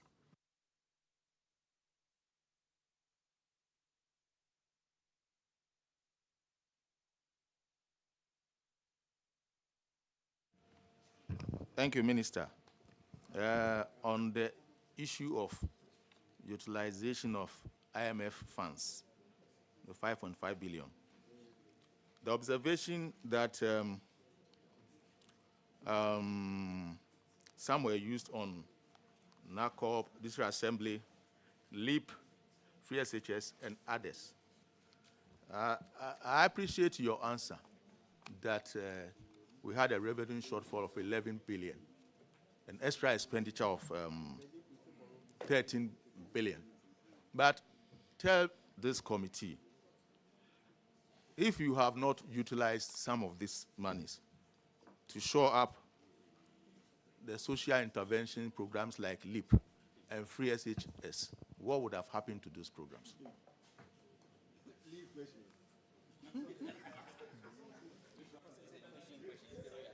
Honorable Minister, respond to the question from Thank you very much, Mr. the ranking Chairman. member. Mr. Chairman, I already made mention of the fact that if we hadn't done this, we are here today, but I'm looking back at 2020, 2021, and the effects of COVID on these beneficiaries. If we hadn't done that, I believe we all know. And so that is why when we got in some monies, as stated in the budget, we used it to fund these things. Because we all know what would have happened if we hadn't funded the free SHS, if we hadn't funded the LEAP beneficiaries. Because we all know COVID-19 also destroyed a lot of other people's sources of income, and they needed to be supported in so many ways. And that is why we came up with the free water, the food, and the free electricity as well. Sorry. Thank you. Minister, my other question is, I know this money came from IMF, and you applied it for the underlisted programs and other things. Were they aware that these monies were being applied in such manner? Yes, Mr. Chairman, we came to Parliament. It was part of the budget, and they knew our budget and the support we needed for our budget. And so clearly, yes, it was for budget support, and we used it accordingly, and they are also aware. If it was for budget support, then why are you describing it as COVID money? Because it was given to us as a result of COVID, the effects COVID has had on us. We sourced for this funding, the 1 billion. When the COVID came, there are various multilaterals put up some funding for COVID. And so whoever was prepared and needed to take part of these funding took it. And so for us, we were allocated 1 billion, and then we used it for our budgets.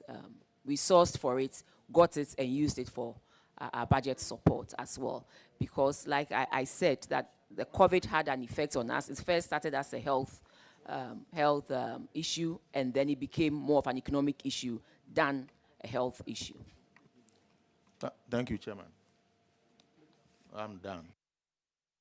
Honorable Mutala. Thank you, Mr. Chairman. Honorable Minister, did I hear you say for free water and free electricity, if it is, or if it was free, why are we now paying for it? Why are we now paying for it? So I would suggest that we avoid using the word free. Something that is free should be free, but we are now paying for it. But I want to find out from you, Honorable Minister, the last time I checked, there was a budget line for free SHS, budget line for NAPCO, which we approved in Parliament, LEAP, and we even went in for loan for the purposes of LEAP. How different are those budget lines, some of which were loans, from spending money from the COVID funds for same purpose?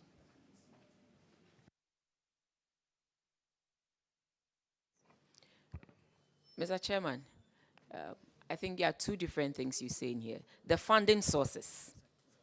We talked about the funding sources. And the funding sources, part of it was used for budget support. And part of it was used for budget support. And all these things that I keep mentioning were captured in the budget. And so that's how come we used the 5.5 billion to service or to address some of these things. I mentioned that, yes, we had line items for all these things, but we also had revenue shortfalls, because we had to come to Parliament to reduce our revenues by that amount. And we needed money, not just the expenditures that we had voted for, but also an extra 13 billion to address the effects. And so, yes, when we got this money for budget support, we decided to apply it to what Parliament had approved in the budget for us. And that's how come we used it to pay for the items listed in paragraph 24. All right, let's move to paragraph 25, ranking member. Thank you, Chairman. Utilization of Bank of Ghana's COVID-19 bonds, 10 billion. The 10 billion that was raised from Bank of Ghana was, some was used for the payment of Get Fund and then SNIT contributions. The auditors are not happy about the fact that you use some of this money to pay for Get Fund and SNIT. So how do you respond to that? Mr. Chairman, I don't see anything to that effect that the auditors were not happy. They even stated that this was used as expenditure. This expenditure was incurred as part of the budget support. It's in that same vein that we gave DACF some monies. Get Fund also has an act, and the act says their collection is a function of the revenues that we raise. And then also, SNIT also needed to pay pensioners. And once they needed to pay pensioners, the government needed to make monies available to SNIT to enable them pay pensioners. And that is why government also included SNIT in that. And you all know that Get Fund, when it comes to free SHS, it's Get Fund that is helping close the infrastructure gap under the free SHS. And so when government gives money to Get Fund for such an activity, I think it's in the right direction as well. And so the 10 billion, yes, has been stated here that government gave part of it to SNIT, and then part of that was also given to Get Fund. It was all to help ease the effects of the pandemic on their revenues or on their receivables as well.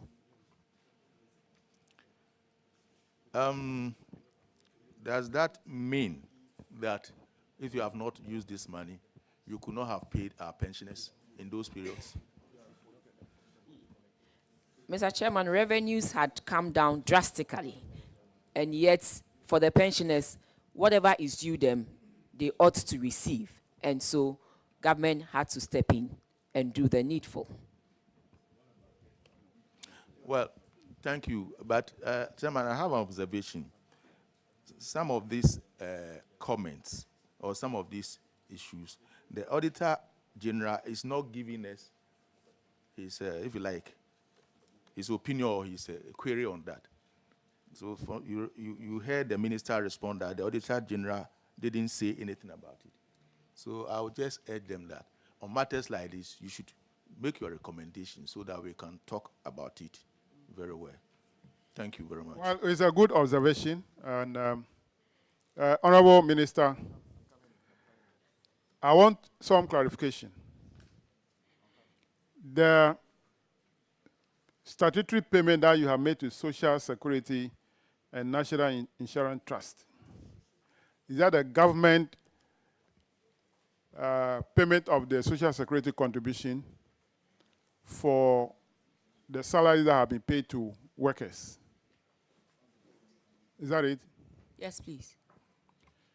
Now, did you use part of this money to pay salaries?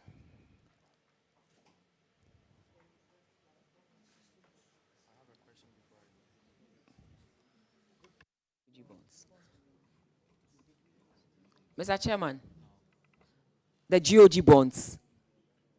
No. Utilization, yeah, yes, the bond. No. You didn't. Anytime you are paying salaries, you pay the Social Security contribution as well. That whole put together will give you the salary cost. So you didn't pay salary from this bond. How come you are paying the Social Security from this bond? Thank you very much, Mr. Chairman. Mr. Chairman, these are sources of funding. So when government needed funding to pay for some of its expenses. Yes, we did not take this from salary. We did not take the salaries from the bonds, but yes, for the security payments, yes, we did take it from the social security payment. Yeah, we did. So we use the pandemic as a reason to raise bond and to use that bond to pay social security for our workers. Is that the case?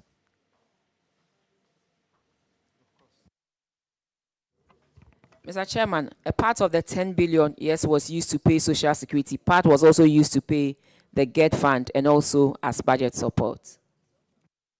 Let me ask my question again. We use the pandemic as a reason to raise 10 billion bond and use the bond to pay social security. Is that the case?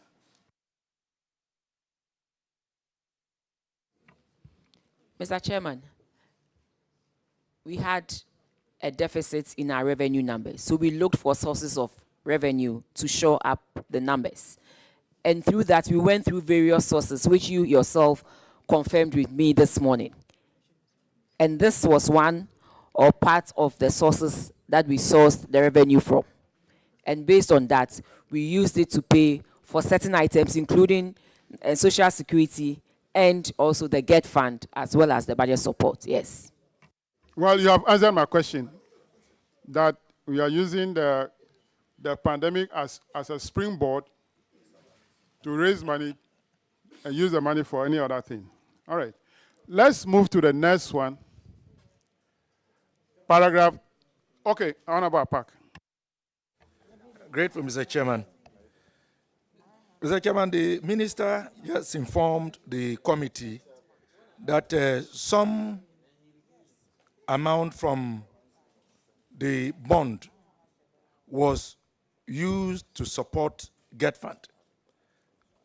And she made the case that it was used to support GET fund to address infrastructural challenges. Can the minister tell us the specific amount that went to GET fund for the purpose she informed us of?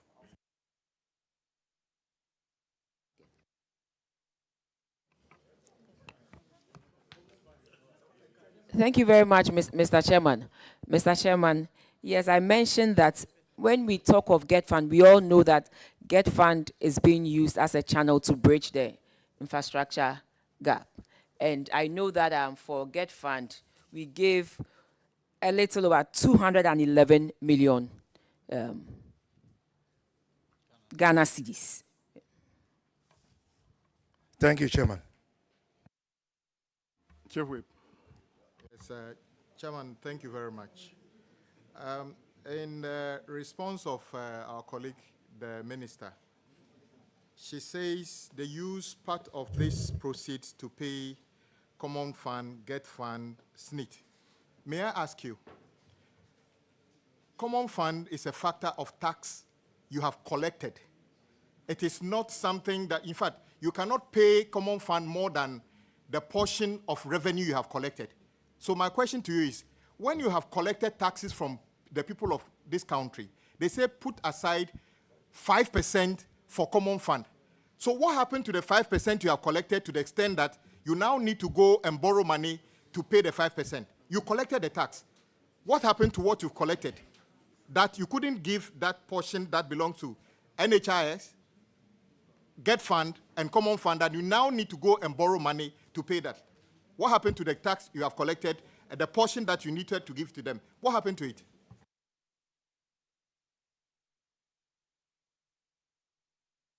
For, because she cannot actually pay Common Fund more than what the revenue they've collected. So it is not possible that the money is missing as well. So what happened to the tax you've collected, a portion of which you have given to them? What happened to it?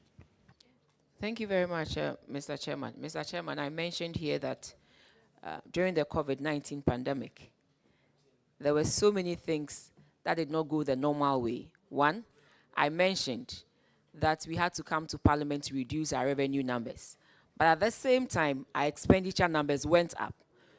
GET Fund needed, DACF needed money to address so many things, including additional expenditures that they hadn't budgeted for.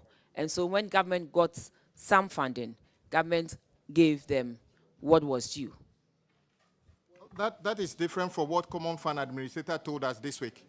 The fact is that you still owe Common Fund over 4 billion Ghana cedi. So Common Fund did not demand one extra cedi from you on top of what you are supposed to give them. You did not give Common Fund one extra cedi up and above what you are legally supposed to give them. So it is not correct to say that because of COVID, they incurred extra expenditure of which you are trying to close by borrowing money. In fact, on the contrary, you owe them so much, including 4 billion that you are unable to pay legitimately. So why are you mentioning the fact that there was a funding gap as a result of their Mr. Chairman, I believe we have gone through this over and over, and my colleague was sitting there listening. And so I don't really understand why he's having to go over. But the truth is this. At that time, Get Fund, DACF, and SNIT, and all the other statutory funds needed money. We had come here to reduce our revenue numbers by 11 billion. I have been corrected that it's actually not 11.1 billion, but it's rather 13.7 billion. And it's the expenditures that is 11.1 billion. Yes, we had come to reduce our revenue numbers to that tune. At that time, at that period, in those COVID times, they needed the money. And so government stepped in and gave them the monies. These are not monies that cannot be accounted for. These are monies that you can go to Get Fund, you can go to SNIT, you can go to all the statutory funds, and then check. Yes, I cannot sit here and say that I don't know that we owe Common Fund. We do. Consistently, government after government do owe Common Fund. But we put in arrangements to pay that. That is not what we are talking to here. What we are speaking to is the 5.5 billion that the Auditor General said we gave part of that to Common Fund. And I said, yes, we did. We gave part to Common Fund because at that time, we needed to make some interventions to make sure that they are prepared adequately to fund the districts to also fight the COVID-19 pandemic. That is how I put it. My last question is, so you were basically just paying a fraction of what you already owe them. It is not as a result of any extra expenditure they demanded. You were just paying them a fraction of what you already owe them. Is that the case? Mr. Chairman, the 5.5 billion we gave to the various agencies and statutory funds that have been mentioned here. Thank you. Let me repeat the question. Maybe you are not clear. I'm asking you, is it just to pay a fraction of what you already owe them? It is not an extra demand they've made on you. You only pay them a fraction of what you already owe them. Mr. Chairman, nobody here said that this was an extra demand. We said at that time they needed money. I just want a clear answer. At that time, they needed money to help fund the districts. And government stepped in and gave them that money to fund the districts. Nobody mentioned here that extra money, fraction, quarter, half. Nobody mentioned that. Well, government, they needed money. Government owes them. So government didn't step in to help them. Government owed them, and they needed the money. Government also didn't have the money, so the government used the pandemic as a conduit to raise 10 billion and pay them. That is a fact. That is a fact. You can shout, but that is the fact. The COVID created an enabling environment to borrow more.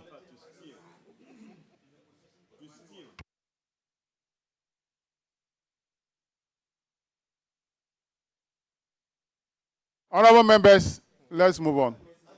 Paragraph 2728, Honorable Queenster. Thank you, Chairman. Utilization of Africa Development Bank Fund. Yeah, it was observed that on 28 September 2020, the government of Ghana received $69,959,000 from the Africa Development Bank to support the 2020 budget. And it was transferred into the Treasury main account of the Controller and Accountant General held at the Bank of Ghana. Can you confirm this for me, Madam Minister? I think the controller has confirmed that we use that amount of money to support the 2020 budget. Yes. Thank you, Chairman. Follow-up from Roxanne. Chairman, thank you very much. Honorable Minister, what was the nature of this support?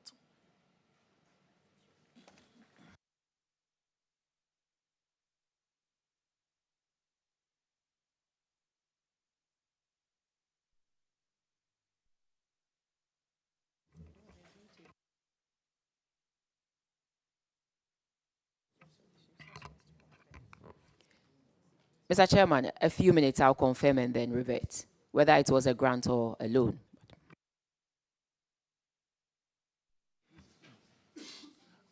Mr. Chairman, respectfully, can you give me 2 minutes? I need to go out and come in. Can I step Your out? officers are here, they can respond. Yes, So yes. you are excused, you can. Okay, thank you.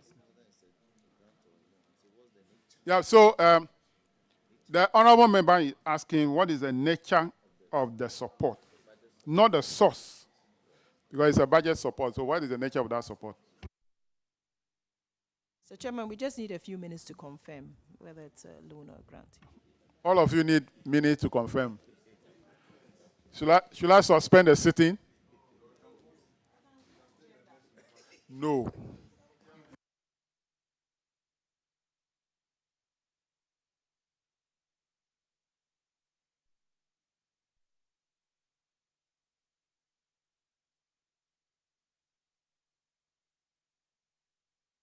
Mr. Chairman, can we just have some clarification of the question? Is it, do you want to know what the money was utilized for? Yeah, that is what the member is asking for. Okay. The nature of the support. It was paid into T-Main, so it was for budget support. So it went into the main account, T-Main account. It was used for budget support, please. So is that the budget support component of the money raised on COVID?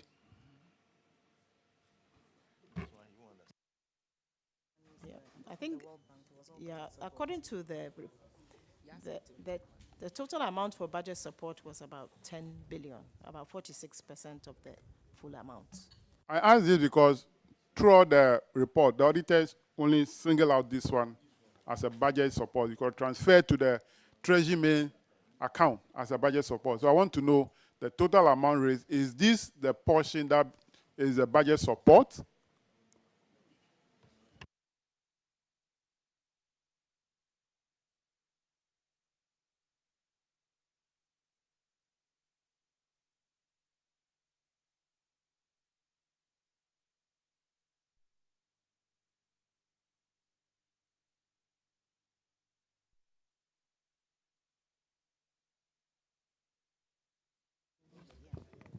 Mr. Chairman, respectfully, the controller is also, a rep from the controller is here, so they can speak to it that all the money is going to the team. They are here, and so I would want you to hear from them. You did a transfer. Yeah. Ministry of Finance did a transfer. You had transferred the money from the COVID relief account to T-Main as a budget support. I want to know if that is the budget support component of the total money raised for COVID. All the 21.4 million, yes. 21.7 million. Yes. No, it was.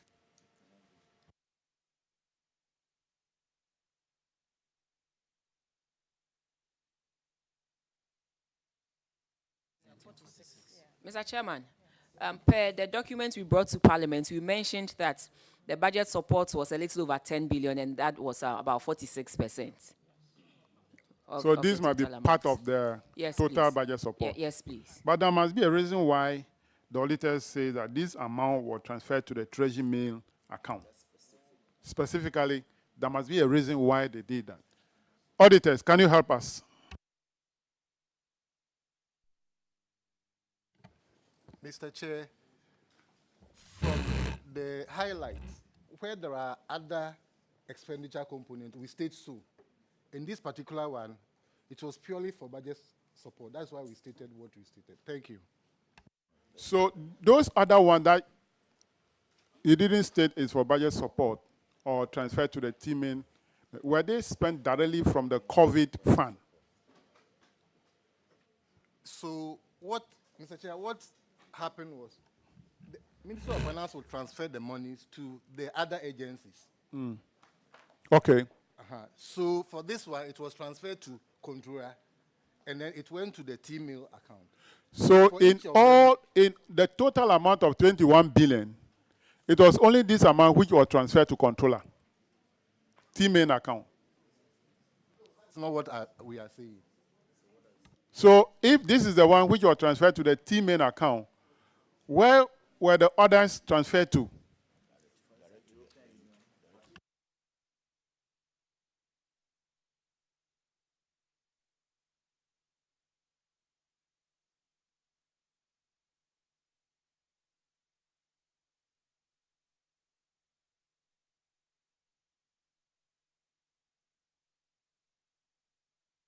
Yes. Chairman, we have as part of our working paper, we have a document here we can share with you as to where the transfers were made. Ghanaians want to know, not only me or the committee members. Ghanaians want to know. A total amount of a little over 10 billion was, out of the total 21 billion, was used for budget support. But your report is showing that only 398 million, which was transferred to the controller's treasury main account as budget support. The balance, which is a little over 9 billion, into which account were those monies transferred? We want to know. Ghanaians want to know. So, Mr. Chair, if I may, for the African Development Bank money and the EU money, and all the other sources, you would know that these funds were transferred into specific bank accounts, which was shared and is available to the auditors. However, to spend the way the business process of the account works, the one that comes into the African Development Bank and then the EU one would have to come into the Treasury main for the budget support expenditures. However, for the other lines, clear instructions came with the agreements for specific accounts to be set up. So accounts were open to receive those funds, and expenditures that went out of that were reported accordingly. Thank you. Accounts were set up by who? Government accountants, thank you. Controller and So, Accountant Controller General. Accountant General. So Controller Accountant General will confirm that they have set up account into which those funds were transferred. Controller Accountant General, can you confirm? Yeah, Mr. No, I've not missed one. Clerk, kindly swear the controller staff in.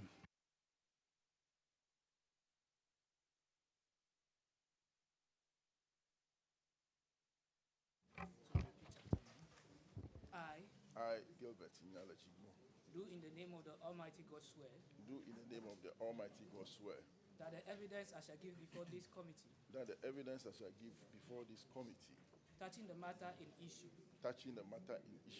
shall be the truth, the whole truth, and nothing but the truth. So help me God. Kindly introduce yourself to the committee and respond to the question. Mr. Chair, my name is Dr. Gilbert Nyalachigbo. I'm the Acting Controller and Accountant General. Deputy Controller and Accountant General, sorry. Acting Deputy Controller and Accountant General. Yes, please. Okay, Gilbert, you're welcome. Thank you, sir. So now, can you respond to the question? Can you confirm that you have actually opened an account specifically to receive those monies for COVID, apart from the Treasury main account? Mr. Chair, I can say that, or I can confirm that the monies were paid into specific accounts that were indicated to the Controller and Accountant General to receive those monies. Some were opened to receive some specific monies, and some were paid into accounts that were already existing based on the instructions, and then the others were paid into the T-main. Are those accounts, or were those accounts under the control of Controller and Accountant General? Mr. Chair, those accounts were under the control of the Controller Accountant General. How about those accounts which were indicated to the Controller Accountant General? Were they also open by the Controller Accountant General? Mr. Chair, as I said, some of them were already in existence. So those monies were paid into them. Those already in existence under the Controller Accountant General, I don't have any problem with them. But those that were set up, or where you were asked, you were informed that those are the accounts, were they set up by Controller and Accountant General? Yes. Mr. Chair, they were set up because Controller has to give authorization before the accounts. But if you said they were set up by Controller and Accountant General, why did you say earlier on that they were indicated to you to receive those monies? No, Mr. Chair, what I said was that the instruction was to pay the monies into those specific accounts. So those that will have to be paid into new accounts that has to be opened, we open the accounts and then pay the monies into them. All right. So can you tell this committee the total amount of money that came to support the budget out of the total COVID fund or COVID money?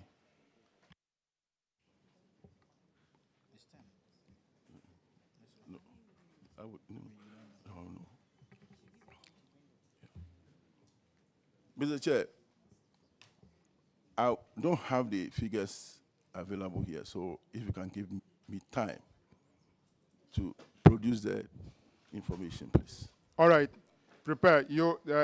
The ministry is coming here tomorrow again, so prepare and respond to this question when you come.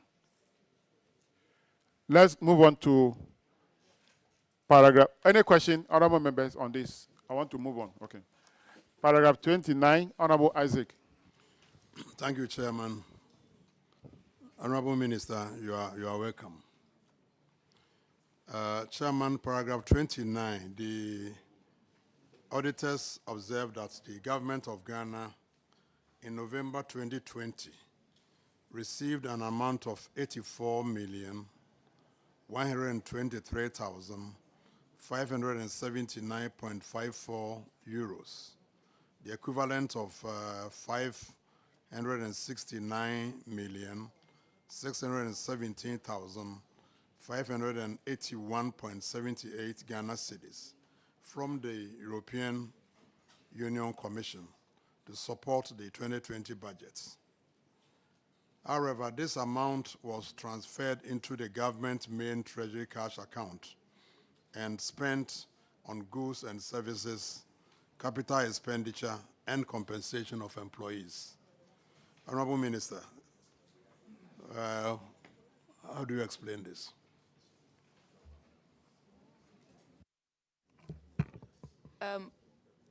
Budget support, and as stated and confirmed by the auditors, that's exactly what we use it for.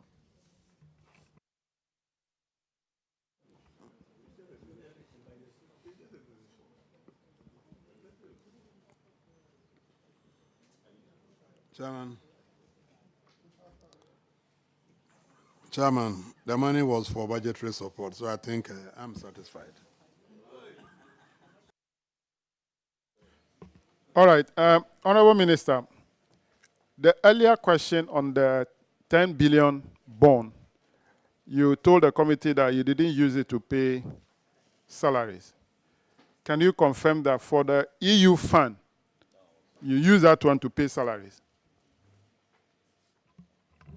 Yes, Mr. Chairman, we used the EU fund, part of it to pay for salaries. This was grants. Yeah, So if we had not gotten that money support from European Union, workers like myself wouldn't have received our salaries. Mr. Chairman, you know, we should always put it in context. In that particular year, revenue went down by 13.1 billion. I'm so only clearly, asking simple question.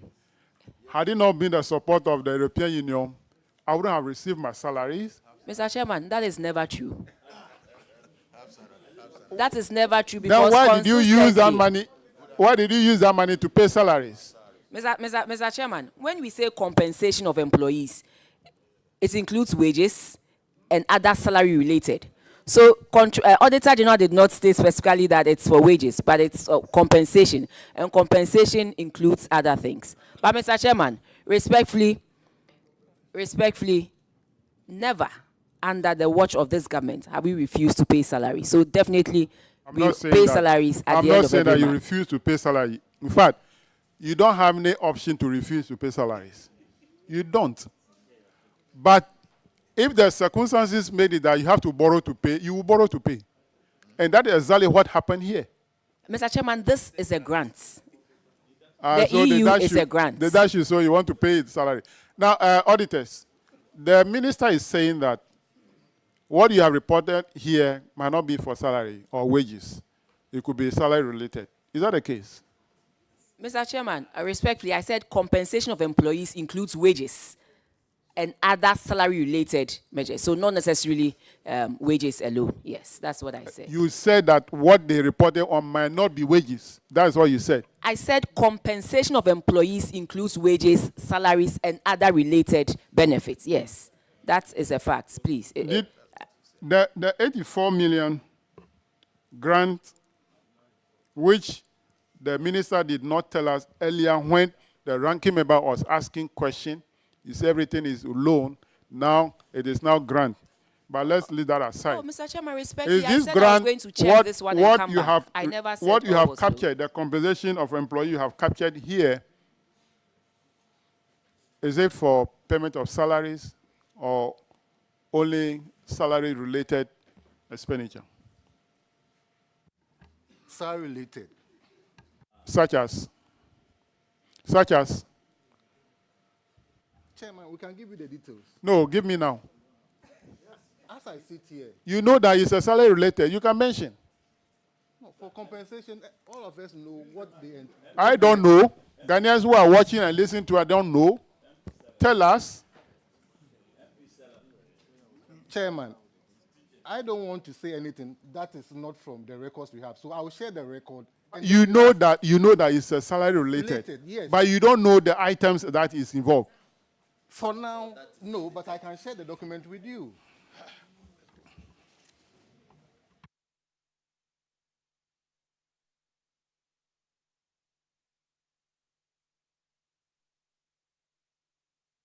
Now, auditors, in paragraph 28, you mentioned Treasury main account. In paragraph 30, you quoted main Treasury cash account. Are they the same or different account? And they are the same. Is that the name? Controller and Accountant General, is that the name you use interchangeably? Treasury main account, main Treasury cash account.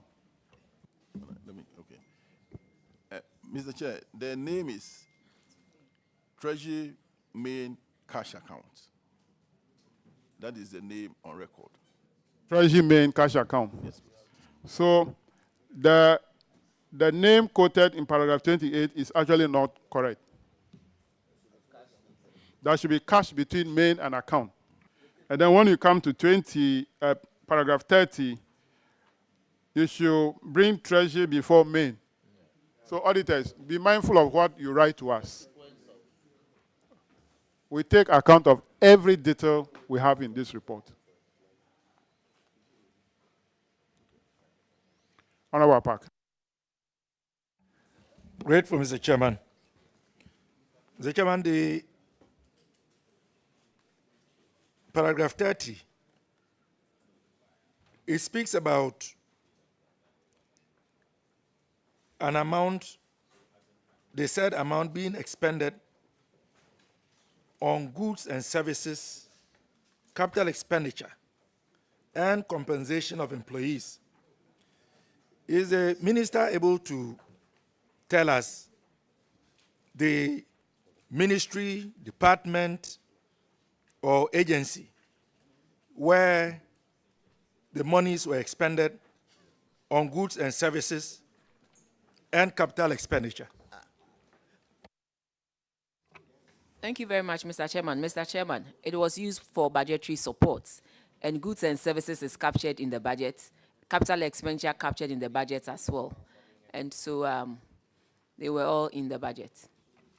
So generically, but we don't have a specific breakdown with regards to Mr. Chairman, where those monies were expended on the items that you just confirmed. Mr. Chairman, when the monies come in, we just do the needful by giving to, if it's goods and services, we give to goods and services. If it's capital expenditure, we give it to them. We don't say this person's money is applied to this person or that person, but we put it in the same pot. Like you heard the Controller and Accountant General mention that it's put in the T-main and then we disperse as such, please. Thank you. Chairman, I'm grateful.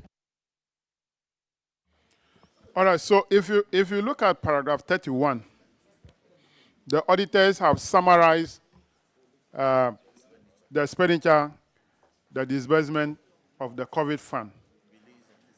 So they say that out of the 21,844,189,185.24 Ghana cedis mobilized 11,750,683,059.11 Ghana cedis was spent on COVID-19 activities, and the rest on the budget support.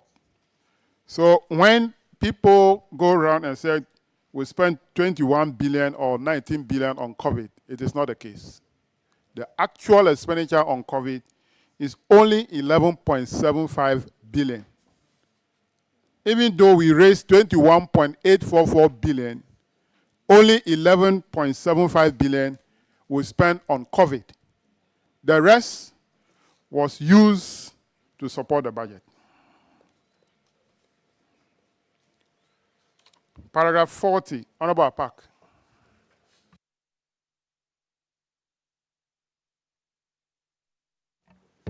Thank you, Chairman.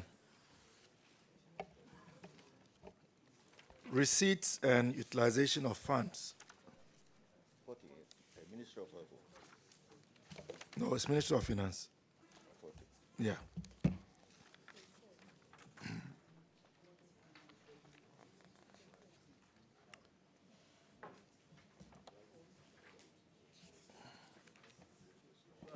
The auditors have provided a table chronicling revenues received between 2020 and 2021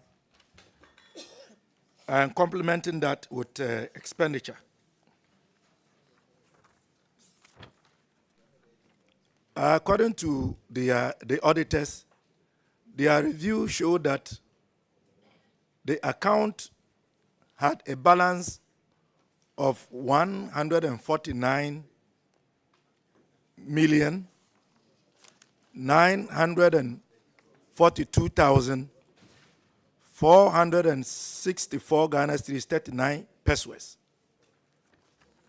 What has this balance been used for, or what is the current state of the said balance that the auditors have captured as mentioned?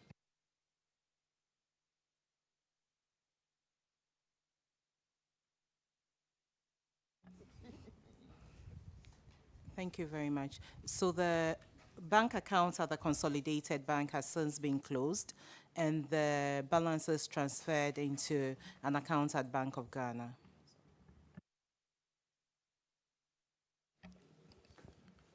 Mr. Chairman, that is the response from the minister. But, Chairman, I also make an observation. Whilst the auditors have provided us with a table of the expenditure, I would have wished that they give us a breakdown. So, for example, when they speak about the provision of dry food, packages, and hot meals, And then they indicate an amount of 26,763 Ghana cedis. We ought to have had details with regards to who supplied these food items and the circumstances under which the suppliers were selected. Obviously so. But as it is now, it's too generic. We are unable to tell.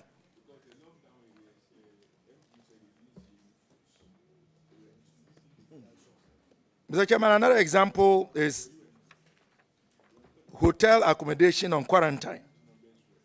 We have spent some 56,168,513 Ghana cedis, 52 pesos. Which hotels? What was the going rate? Was it one hotel, multiple hotels? We ought to know. No. Because it is difficult to interrogate the figures. That is why I'm saying we ought to have that information. We ought to have that information. So are we assuming that, so how many hotels were used? Do you know? So are you doubting the work of the auditors? No, I'm not. I'm saying that they could have helped us a lot more. Because the way it is now, we can only ask about the balance and where it is. So on that note, Mr. Speaker, This committee is supposed I yield.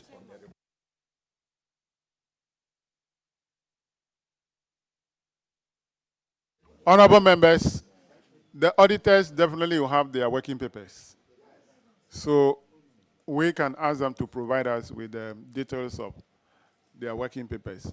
Very well, we Mr. know the Chairman. hotels that are involved in that. Mr. Chairman, I will appreciate that. I want to know the hotels.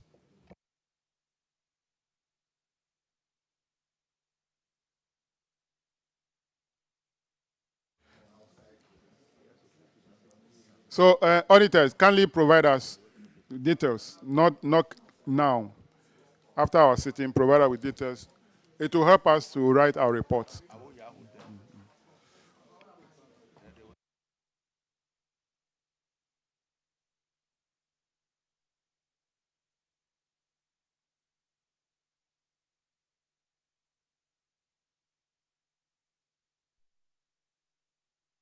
Honorable Akosi, paragraph 56.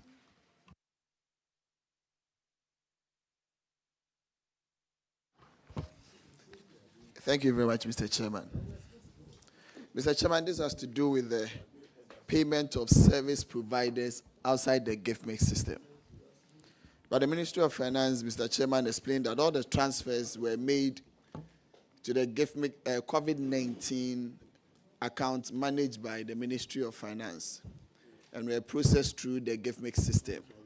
The expenditure, however, was not, because that would have amounted to double accounting in the system. But however, it was recommended by the auditors that they close all the Ministry of Finance COVID-19 response accounts managed by the ministry. We would like to know whether this recommendation has been adhered to by the ministry.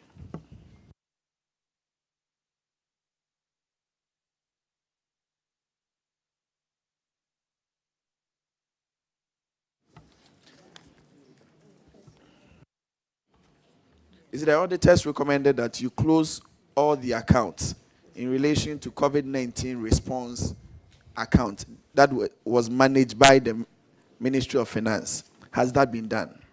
Yes, it has.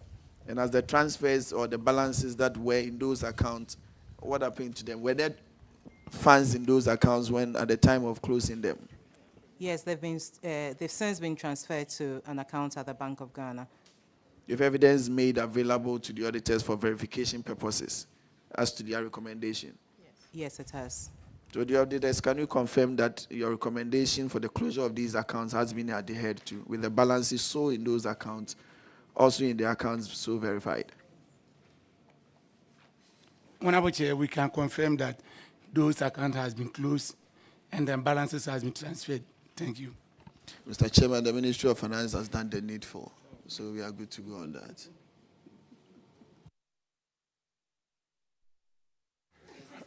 Honorable Yusuf. Chairman, thank you. Chairman, one of the recommendations is also for you to be listed on gift mix. I don't know whether you've seen it and whether you've complied by that. And how much was the total amount of money transferred to this account seated at Bank of Ghana?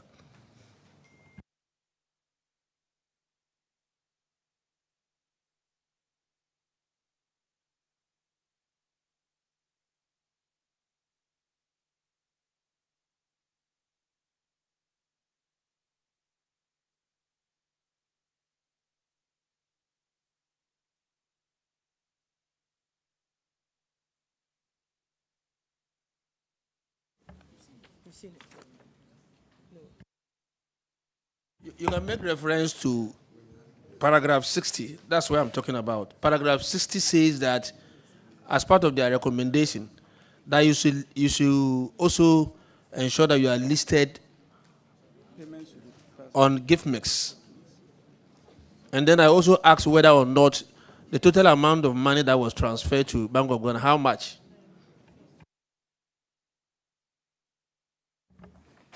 So please, the account has been closed, and hence there may not be any need to list it on the GIFME system.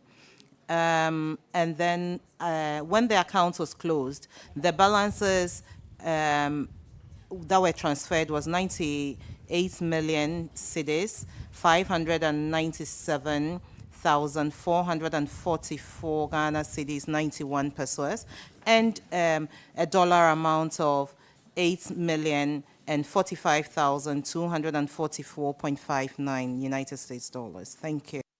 So this money is still at Bank of Ghana or is being utilized? To the best of our knowledge, it is in the accounts. Chairman, that we have these huge sums of money seated at Bank of Ghana in respect of COVID revenue.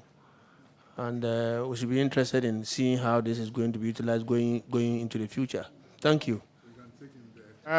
Before I allow the next follow-up, I'll come to you later. Auditors, can you confirm the figure mentioned as a transfer made to the Bank of Ghana? Yes, Mr. Chairman. It means that you did a follow-up to verify that Bank of Ghana received that money? Yes. So into which account at Bank of Ghana? Yeah, the account number is there, so. No, come.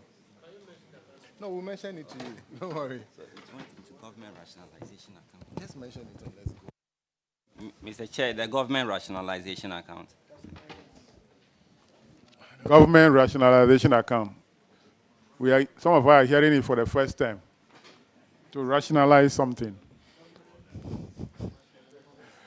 All right, so Honorable Roxanne, you need a follow-up. Chairman, my follow-up is in respect of the matter contained in paragraph 58 of the report. Chairman, so this is directed at the auditors. Auditors, you establish that an amount of 543,058,079 pesos was recorded as an expenditure on the GiveMe platform, out of which you established that 231 million was expended on transactions that were not routed through the GiveMe. And the Ministry of Finance explains that the entire transfer of funds was routed through the GiveMe system.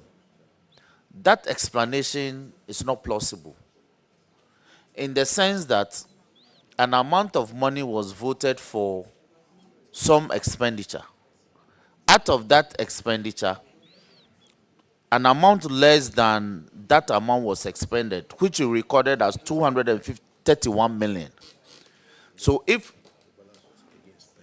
No. So if 231 million was expended or paid to service providers for the provision of some services, how come Ministry of Finance is able to justify that even before the services were provided, they had transacted through the Give Me system? That is what they are saying.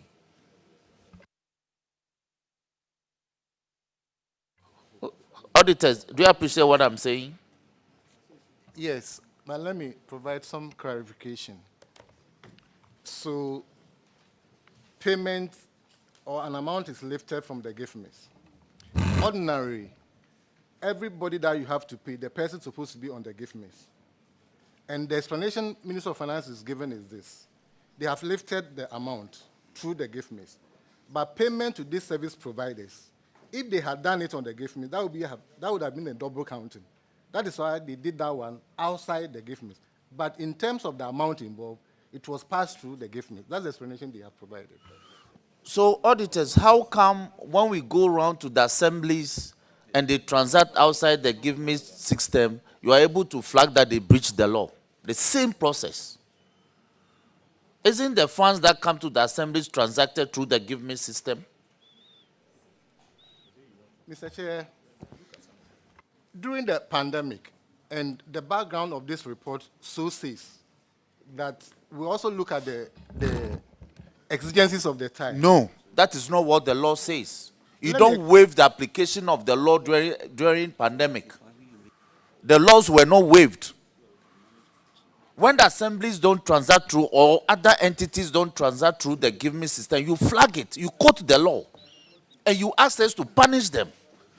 The Ministry of Finance is telling you that they voted an amount of money and routed it through the Give Me system. And when services were rendered, they decided to pay outside the Give Me system, and you believe that if they do that, would have amounted to a double transaction. And you are allowing them to go.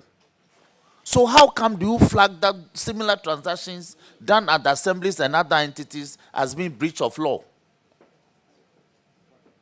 Mr. Chairman, the reason why we flag it, and it's in this report.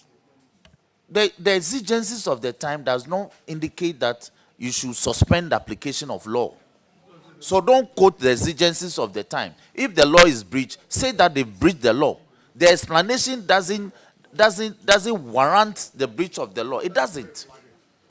That is why you flag it. The explanation does not absolve them of blame. Mr. Chairman, it's because we don't agree with their explanation. That is why we raise it. We wouldn't have brought it to your attention. And that's why the heading says payment to service providers outside the Give Me platform. What is the punishment for making payment outside Give Me?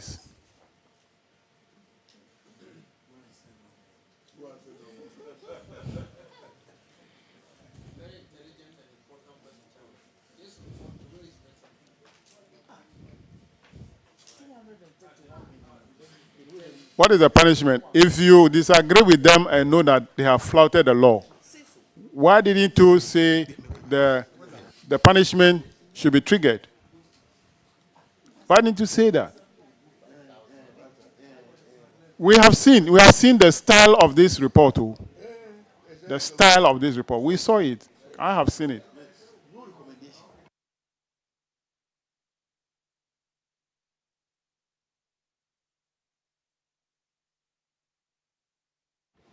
We've seen the style in this report. But we'll bring everything out. Those that are hidden, we'll bring them out. Now, Honorable Frida. Thank you, Mr. Chairman. Mr. Chairman, my question is on 42, but it's in relation to the response given by Ministry of Finance on 60. On 42, they stated that the account had a balance of 149,942,464.39, which he confirmed had been transferred to the Bank of Ghana. I want to find out from the auditors if they can confirm that. And secondly, from Bank of Ghana, whether the said amount is still in the account or it's been utilized. Thank you. Bank of Ghana General is not here. Auditors have also confirmed, but I don't know the exact figure they confirmed, so they can respond to your question. Minister of Finance, can you give us the exact figure again? Okay, please, we confirmed two figures, one in dollars and then one in cedis. So the cedi amount was 98,597,444 cedis and 91 pesos. And then the dollar amount was 8,045,244 dollars and 59 cents. Thank you. Mr. Chairman, the figure she's giving does not correspond with the 42, so that's why I'm asking the question. So if you convert the $8 million into cedis and add it to the 98 million, will you get the 149.9 million as stated in paragraph 42 of the report? You will not get it. Unless you want to use today's exchange rate.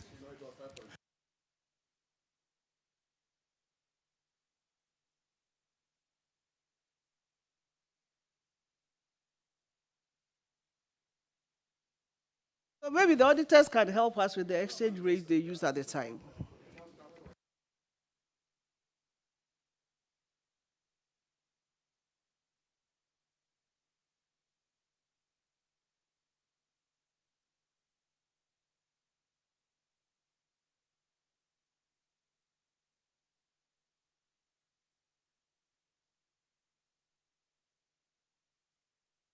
All right. I think it's close if you convert the dollar into cedis using the rate at the time. All right. Now, my question on this. Paragraph 57. Paragraph 57. The auditors observed that in 2020, 102 payment vouchers were used in disbursing 231.1 million Ghana cedis to service providers for the provision of hotel accommodation, evacuation of Ghanaians, supply of fuel, and transfer of funds to MDAs. We, however, noted that the payments to service providers were made outside GiveMe's platform. Similarly, in 2021, 92 payment vouchers were used to pay 311.9 million Ghana cedis for PPE, hotel accommodation, and fumigation by resorting to the use of manual cash books on Excel spreadsheets and manual checks. My question is this. If you were able to process some of these PV on GiveMe, what prevents you from processing the rest also on GiveMe?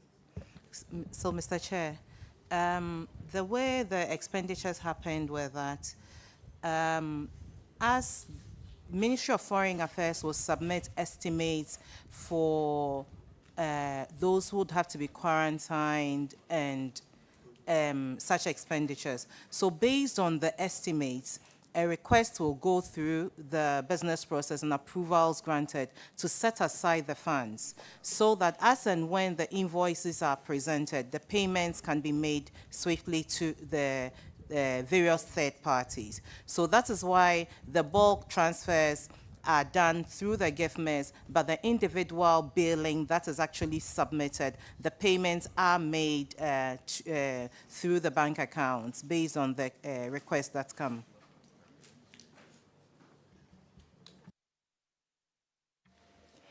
So if a third party presents an invoice for hotel accommodation, you are saying that it cannot be processed on GiveMe for payment to be made to that third party?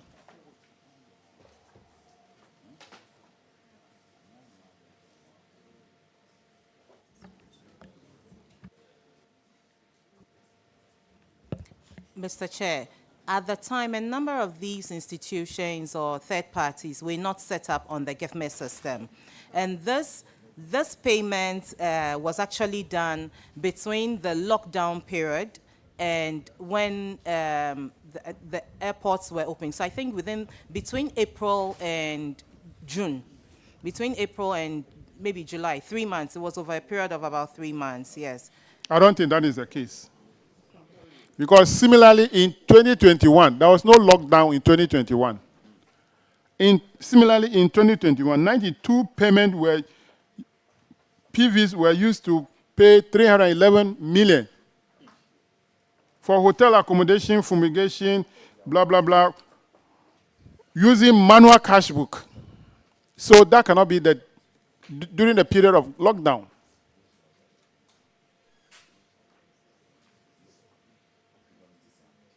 This is a violation of the law, and we need to apply the law.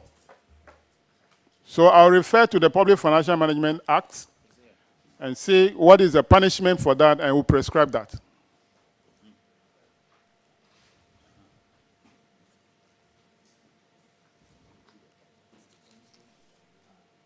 So, Clerk, take note of that. Chairman, if I may refer you Yeah, you can read it for me. Chairman, with your leave, I may refer you to Section 98 of the Public Financial Management Act 2016, Act 921.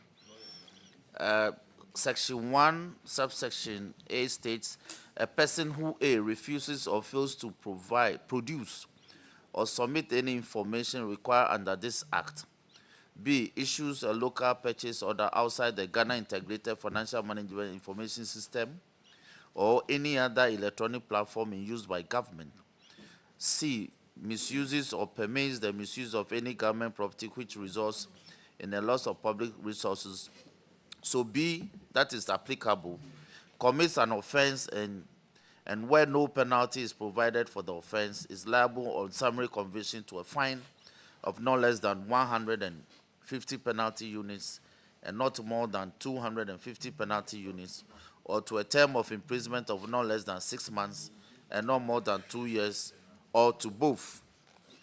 Chairman, so this is the penal provision in respect of the matter in question. Thank you. Thank you very much. So let's move on. I think section 96, 98. Paragraph 62, Honorable Kofi Adams. Mr. Chairman, thank you very much. I've sat through till this point, and it's fair really to conclude that COVID-19 disease was not our problem.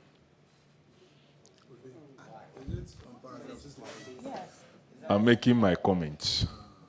Allow me. But why are my friends from the opposite side so unhappy?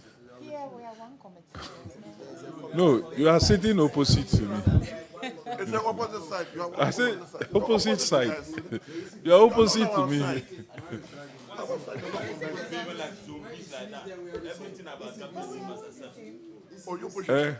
Honorable Kumewu, Honorable Offensive Staff, why are you unhappy? Anyway, Mr. Chairman, we were told earlier that revenues were lower because of COVID-19, but it is observed here that you made payment of 23,388,750 and refused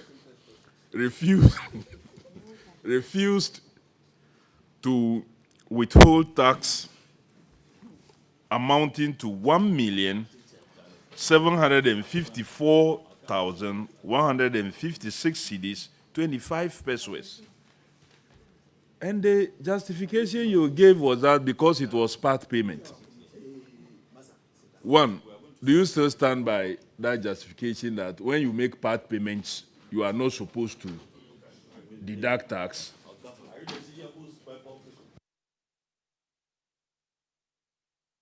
Honorable Minister. Honorable Minister, do you still stand by that explanation that when you make part payments, you don't deduct taxes, you wait until you effecting the final payments before you deduct tax?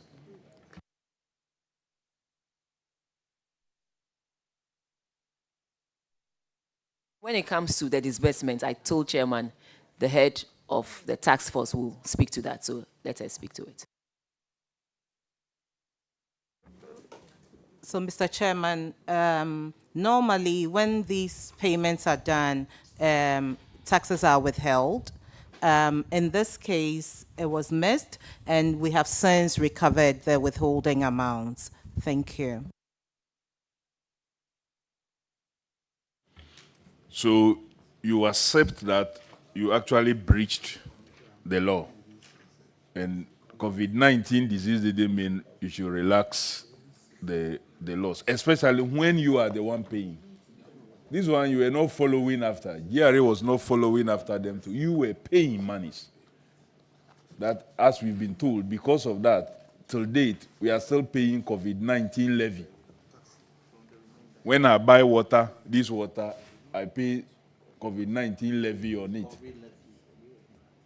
And still, till now, no COVID disease, but we are paying levy. And you were refusing to deduct the revenue. Why, Nana, have you gotten COVID? I say COVID is there. We are not in America. It's Biden who got one, no, not us, not here. So you agree that you've gone against the law?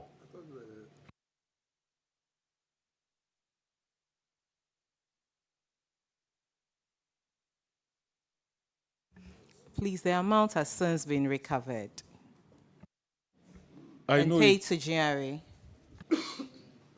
But not deduct the tax earlier, so that is an infraction. That's the question that I asked, that you agree that is an infraction.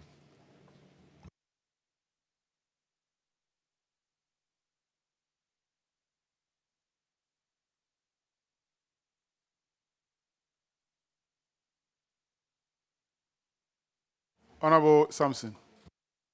Thank you very much. Oh. Okay, Kofi. She hasn't answered me yet. Okay. Minister, kindly respond to the question. Not you. You can ask your team. Yes, so but I have was, to refer I was to just you. going to remind that when it comes to the disbursement and execution, the head of the team will have to answer. Yes. I just wanted a yes or no answer. Then we'll take it up from there. That's all that I wanted.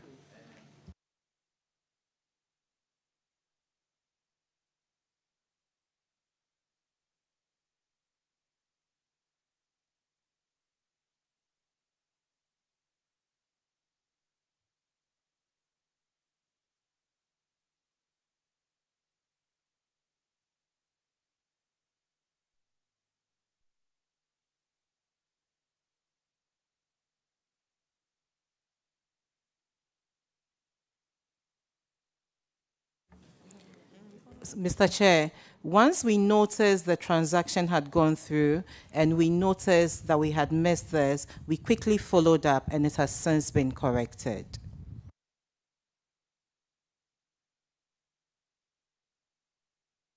Well, Chairman, the answer is just like the COVID-19 report, so let it go. Honorable Sampson. Chairman, thank you very much. Chairman, if you look at page 110, Appendix H, yes, the heading is unsatisfied payment to constituencies. Page 110, Appendix H. They paid honor certificates. Monies were paid, yes, monies were paid to constituencies. Individuals also received some. In a glance, I can calculate over 30 million paid to constituencies. The names are there. I can see Adenta here, I can see Abelekuma. And then they only signed and took those monies, ranging from 108 to 216,000. got Central, got North, got West. And the question is it part of the 231 million that you did not pass through government system, that the people were signed and took these monies? Because they signed cash payment. No, no, please, it's not part. So, yeah.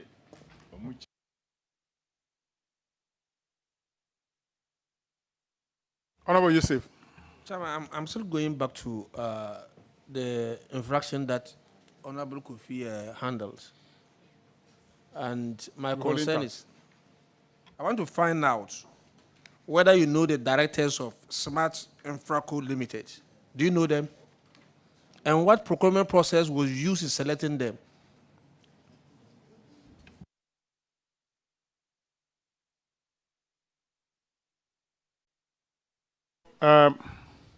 Smart Infraco Limited provided workspace platform for the MDA to facilitate their virtual workspace. How long did they use this facility?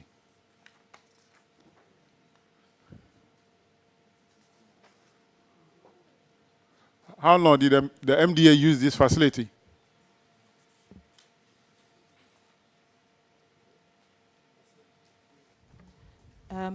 Mr. Chair, we would have to get in touch with Ministry of Education, Communication, to get the details of all of that. So Ministry of Finance just made a payment. You don't want to know whether the MDA use a facility or not.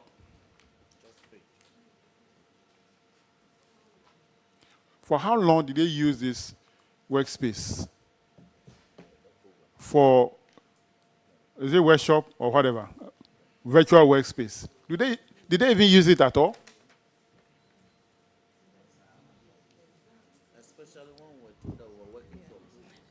So from the explanation that we received, is for the Zoom and the Teams and all of that. But then we suggested that we get in touch with Ministry of Communication because they will be best placed to provide the facts to the factual response to this question, Mr. Chair. I don't have Ministry of Communication in the report cited. So, and Ministry of Finance as the main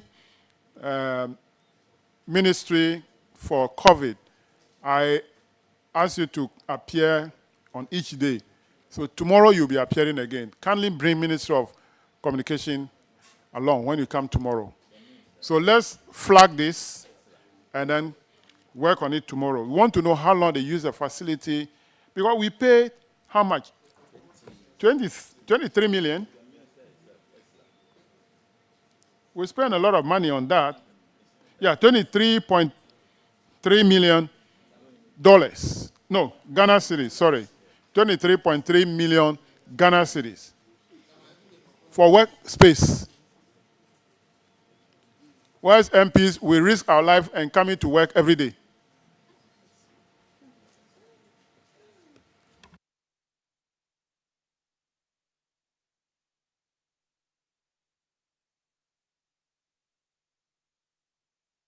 So we'll be moving on to the next infraction that border on Ministry of Health. But the Ministry of Finance, you are not discharged. Because if Ministry of Health says that the money you claim you have sent to them, they say they have not received it, we'll see the debates and then get the clarification. So you are still around. And so let's have Ministry of Health now. And Mr. Chairman. Mr. Chairman. Mr. Chairman. Yes, Minister. Respectfully, I'll leave the head of the... Sure, yes, sure. Thank you. Yeah.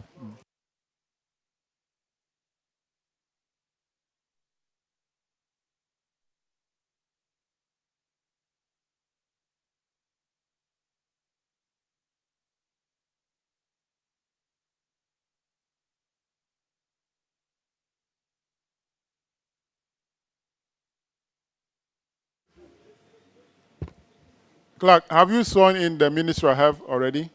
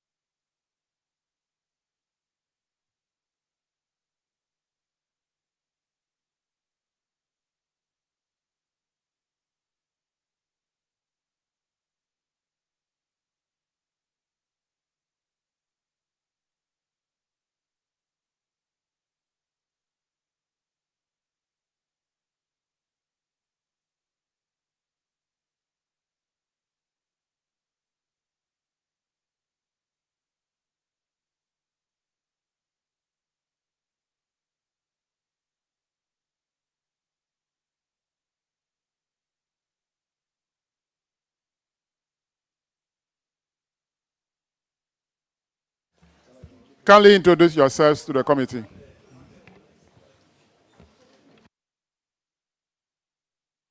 Thank you very much, Mr. Chairman. Good afternoon to you and the committee. My name is Alexander Akwesi Akwa, Member of Parliament for Achimoda and Deputy Minister for Health.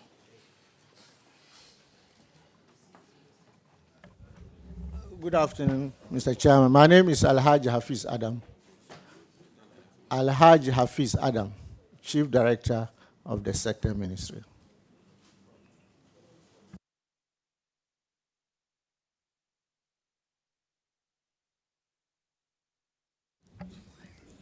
Honorable Chair, my name is Edward Brighte Jekum, Director Procurement and Supply Chain, Minister of Health. Good morning. Oh, good afternoon. Good afternoon. My name is Emma Ofriajimai, Director PPME. Good afternoon. My name is Patrick Kumabwaji, Director General Ghana Health Service.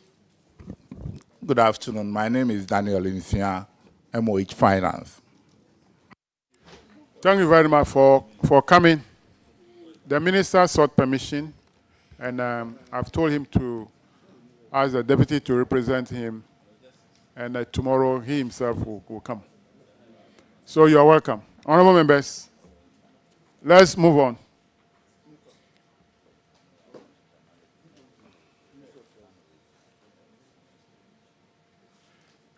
Now, paragraph 67. Honorable Sam George.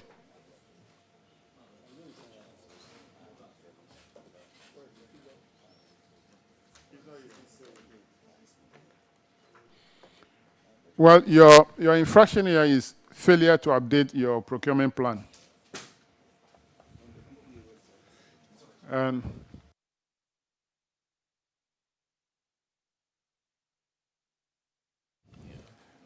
on the PPA website, the auditors have noted that Minister of Finance made payment to suppliers on behalf of the Ministry of Health for procurement of PPEs, including nose mask, hand sanitizers, infrared thermometer guns, multi-purpose paper towel, totaling 205.3 million Ghana cedis.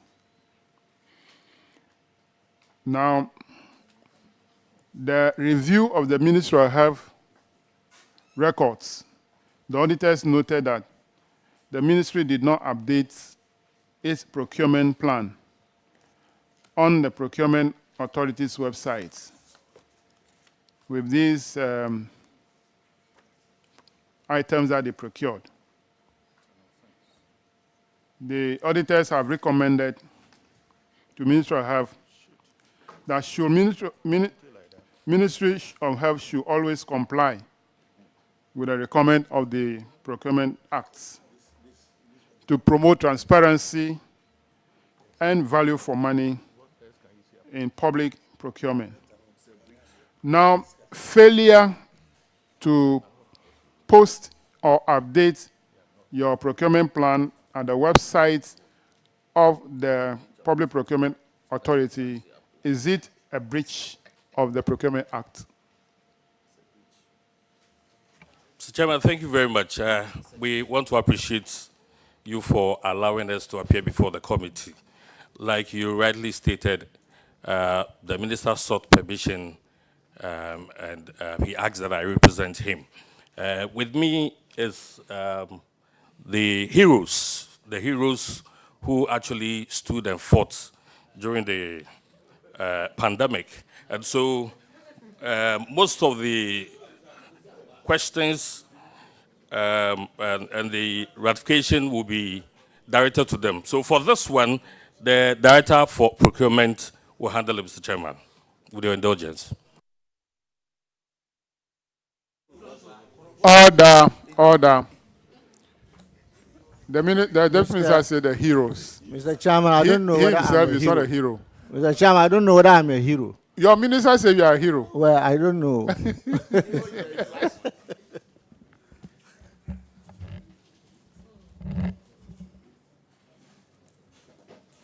Yes.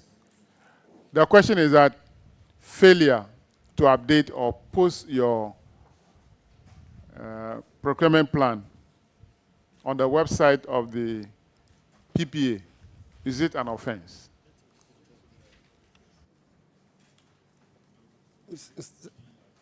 Mr. Chairman, please, I'm not sure of that, this offense. You're not sure? Yes, please. So can I update you? Yes, please. I'll ask Honorable Roxanne to update us which section of the Act say whether it's an offense or not. Roxanne. Chairman, with your leave, let me reference the committee to Act 663 as amended by Act 914, particularly Section 92(1). Mr. Chairman, with your leave, let me read. The head note reads, offenses relating to procurement. Offenses relating to procurement. A person who contravenes a provision of this act commits an offense when a penalty in the provision is when a penalty is provided for the offense, that person is liable on summary conviction to a fine not exceeding 2,500 penalty units, or to a term of imprisonment not exceeding 5 years, or to both the fine and the imprisonment. Mr. Chairman, 92(2). The following also constitute offenses under this act: entering or attempting to enter into a collusive agreement, whether enforceable or not, with any other supplier or contractor where the prices quoted in their respective tenders, proposals, or quotations are or will be higher than would have been the case has there not been a collusion between the persons concerned. Are you reading everything? Yes, I have to read everything. Specifically, Mr. Chairman, 92(1) is the basis for establishing that not complying with the provision of the Act amounts to an offense. All right, so, Director, you now know that it's an offense not to comply with the provisions of the Act. And one of the provisions which you have flagged is failure to update or post your procurement plan on the website of the Public Procurement Authority. Are you okay with that now? Mr. Chair, yes. So, can you explain why you did not post your plan? Mr. Chair, respectfully, I assumed duty in January 2022. So when it came to my notice of this infraction, we've corrected ourselves. So what my understanding was that because of the emergency of that time, that's why I predecessors at least did. But, Mr. Chair, we have complied with the recommendation since then. We'll come to that, whether you comply or not. Yes, please. But how will the emergency affect the posting of updates on the website?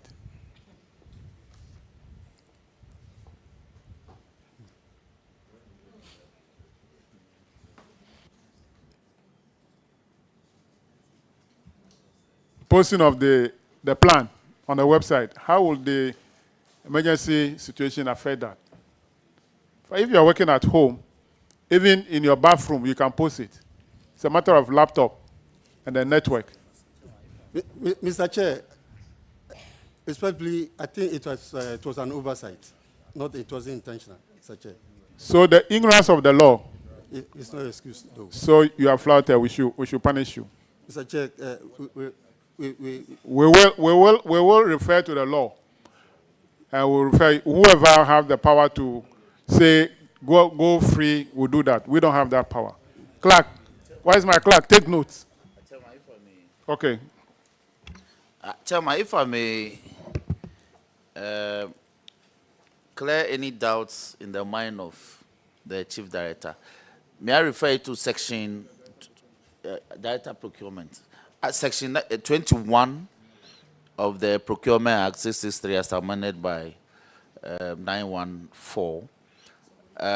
21A, a procurement entity shall prepare a procurement plan to support its approved program. 2, the plan shall indicate A, contract packages, description or lots. B, estimated cost for each package. C, the procurement method approvals needed. And D, processing steps and times. Now, 3 says a procurement entity shall submit to its entity tender committee not later than 1 month to the end of the financial year the procurement plan for the following year for approval, and shall post the procurement plan on the website of the authority. 4, after budget approval and a quarterly intervals after that, a procurement entity shall submit an update of the procurement plan to the entity tender committee and shall post the update of the procurement plan on the website of the authority. So, this is the law. Chairman, thank you very much. Akwesi, they are now heroes in breach of the law.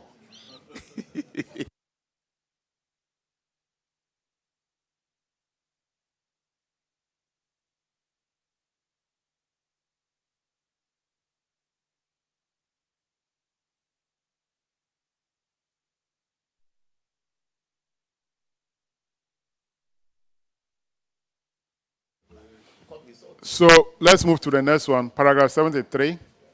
Honorable Roxanne. Chairman, thank you very much. Honorable Minister, you are welcome. Arguably, you carry the biggest issue in this audit report. Honorable Kwesi Akwa, let me have your attention, please. The job here. You are your heroes. Yes. Now, the case of the auditors is that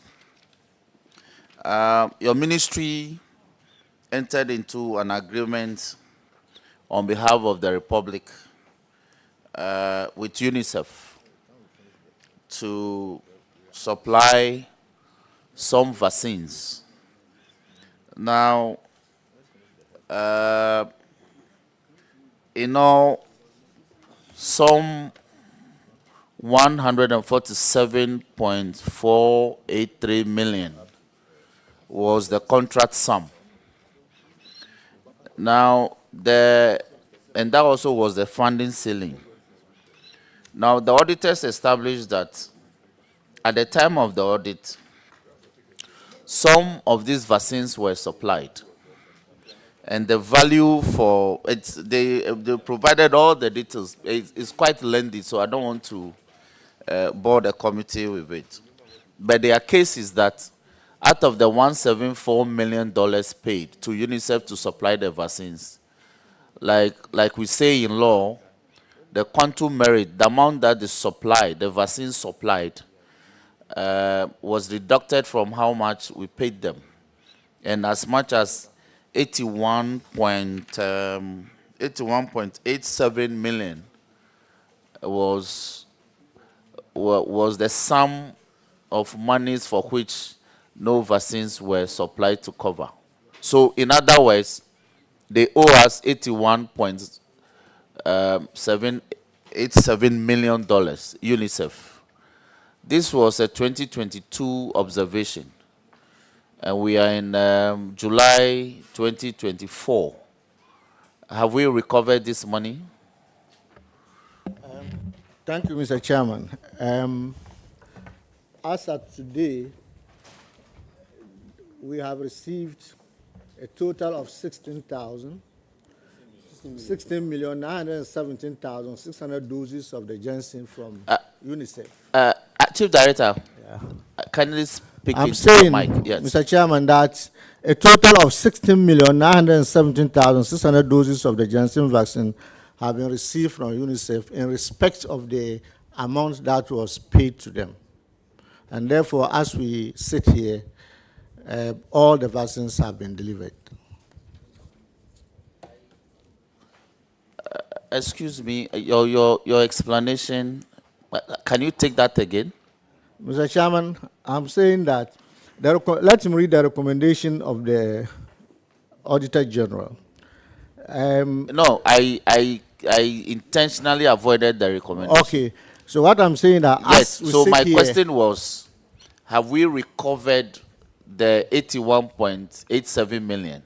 Mr. Chairman, yes, once... hold on. Yes, we have. Yes. No, we haven't. Yes, we then have. You explain we have. your answer. And it is as a result of the delivery of the 16,917,600 doses of the Janssen vaccine. That is why we have recovered it. Right now,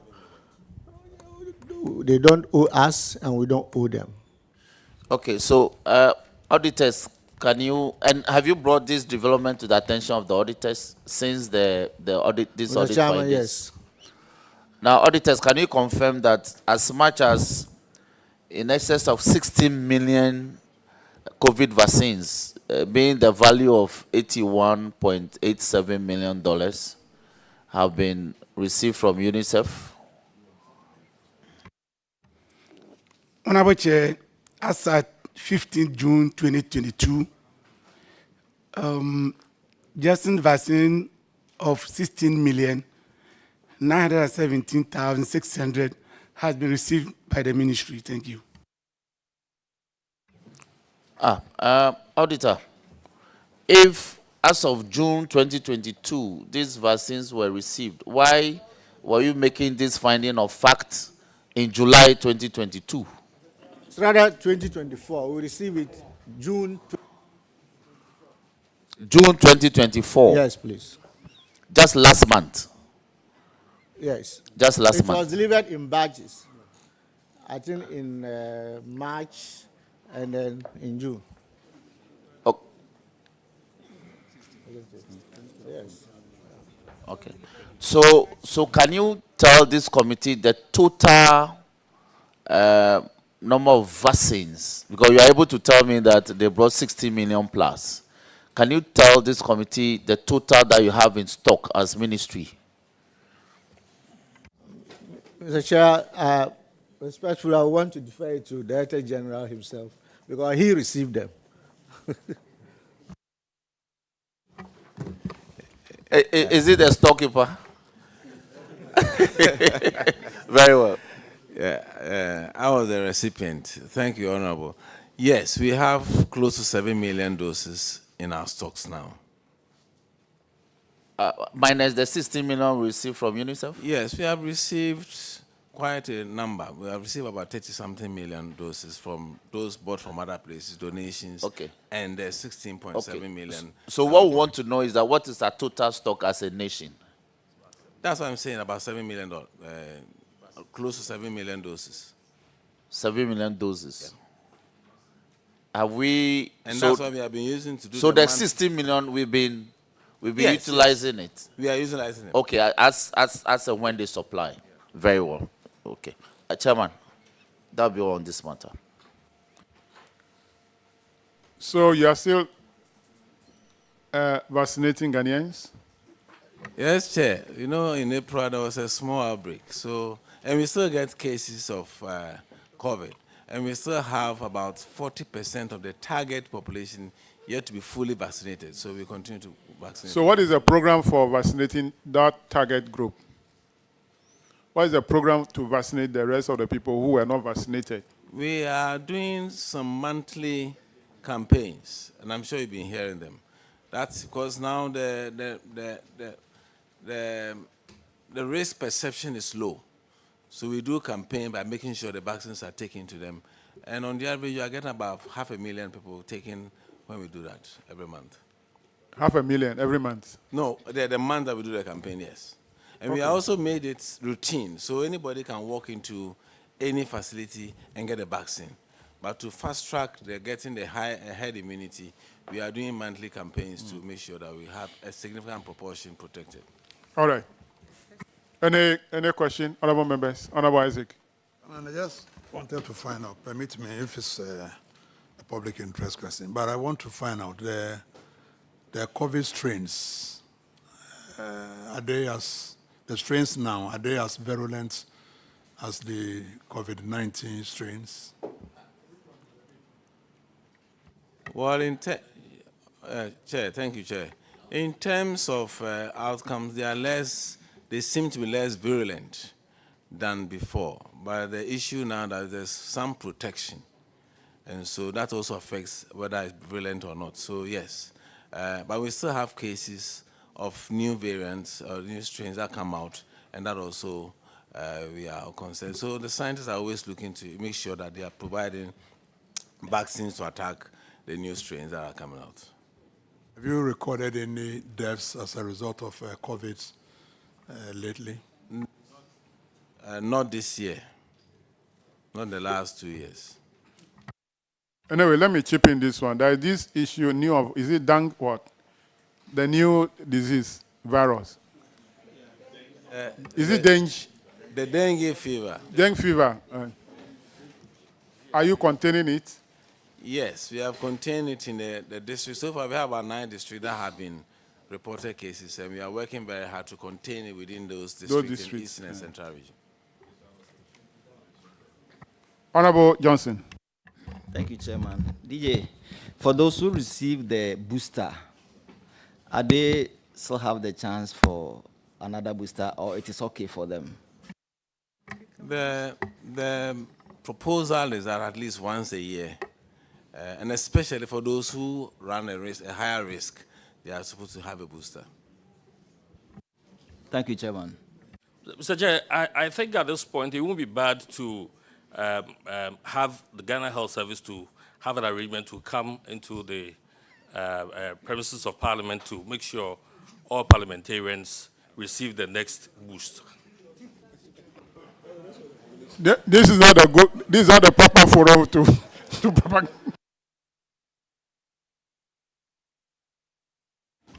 Why are you singling out only MPs? Very much exposed. No, it's the whole Ghanaian, not only MPs. We are only 275. So let's talk about the entire country, okay? Mr. Chair. All right, Honorable Frida. Thank you very much, Chairman.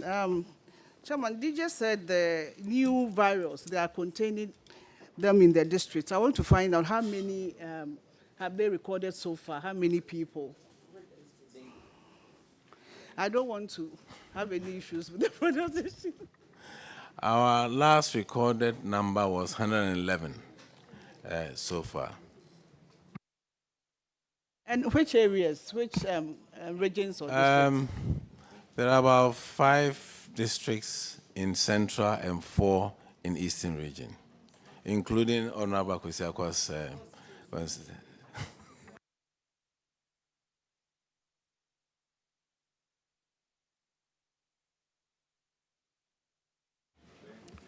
All right, paragraph 81, Honorable Aziz.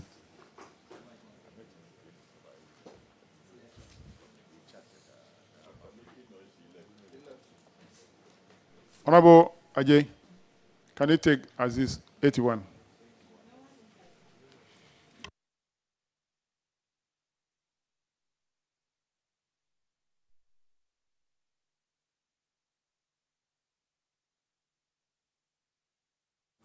Thank you, Chairman. 81 is about variation without approval. And the first of the matter are that some contracts were awarded and there was a need for modification of the contract because it went beyond the 10%. But contrary to the provisions that we know of, you went ahead and increased the cost of the 5 contracts with a total sum of 24,256,500 Ghana cedis.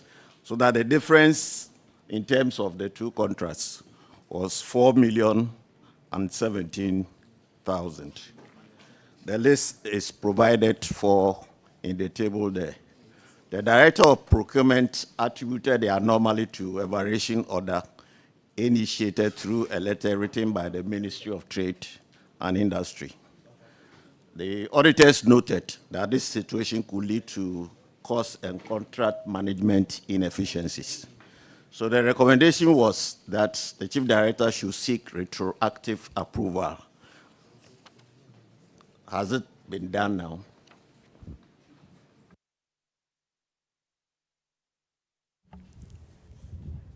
Honorable Chair, thank you very much. So we followed up with the recommendation. We went to the Central Tender Review Committee, and they directed that because it was a ratification, because it had already gone, we should go back to PPA. Honorable Chair, we've written to PPA, and then we have even written another reminder, so we are waiting for PPA's response. Honorable Chair. Did you show the letters to the auditors? Honorable Chair, yes, please. Auditors, can you confirm citing those letters? Honorable Chair, the first letter was written on the 26th of January, 2023. A follow-up was made on 20th March, 2023. Thank you. Chairman, PPA is here to respond to the request for the authorization.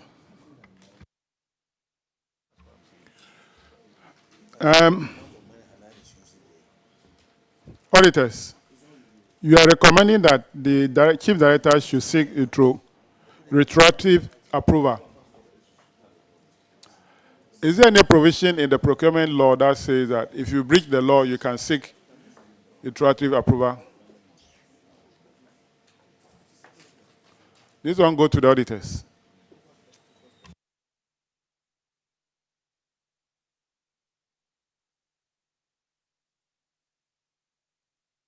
Honorable Chair, we are aware there's a provision, but we are checking and get back to the committee. I didn't get what you said. What I'm saying is that you should give us some few minutes. We are checking and get back to the committee. Well, I'm not sure there's a provision in the law that says that you can seek approval, you have a retroactive approval. Once you have offended the law, that's it. So I'm surprised that you're making this recommendation. It's too mild. Honorable Amokwata. And Mr. Chairman, to even add to your position, I associate myself with your position because retroactivity is not even allowed under our Constitution. And the Constitution is the supreme law. So no law can be stated that can even override that of the Constitution. So I don't think there should be any law in what you are looking for. Honorable Chair, if we can refer to Section 93 and see whether it will cure this. Section 93 of the Procurement Act? Yes, sir. Okay. 93. 3D, yes. 93. 93 speaks about corrupt practices. Speaks about corrupt practices. You read it well, let's see. Chairman, Section 93, procedures on completion of investigation. 93. The board shall, if satisfied that there has been a contravention of a provision of this act or any other enactment in relation to procurement proceedings or procurement contracts, take action to rectify the contravention, which action shall include annulment of the procurement proceedings, cancellation of the procurement contract, ratification of anything done in relation to the proceedings, or a declaration consistent with the relevant provisions of this act. This is not retroactive approval. Either the rectifying. Yes, ratification is not. So if they say you should go and seek a retroactive approval, it's wrong. In fact, I am not even happy about even that provision. So some of you who are in charge can hide behind that, oh, let's do it and go for ratification. It's wrong. Yes. So that doesn't solve the problem. Clerk, take note. Take note of paragraph 81 to 87.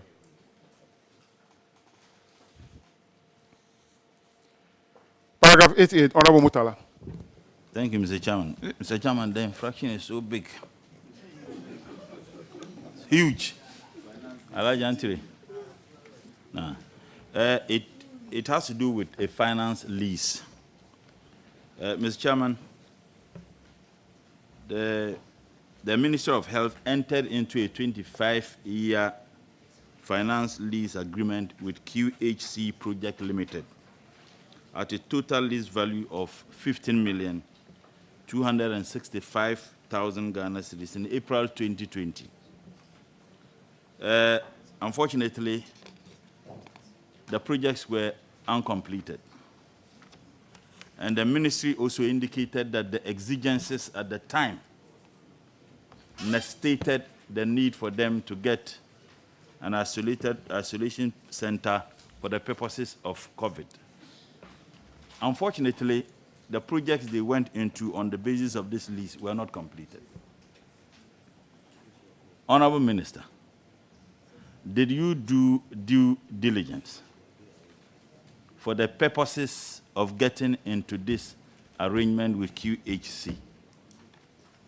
And if you did, what advice did they give the ministry before you spend that whooping 50 million Ghana cedis on? That is one. Two, because the intended objective could not be realized, you had to spend an additional 20 million Ghana cedis remodeling the place. So the question is, was there any due diligence done? If it was done, what advice did they give the ministry? I'll defer to the Director of Infrastructure.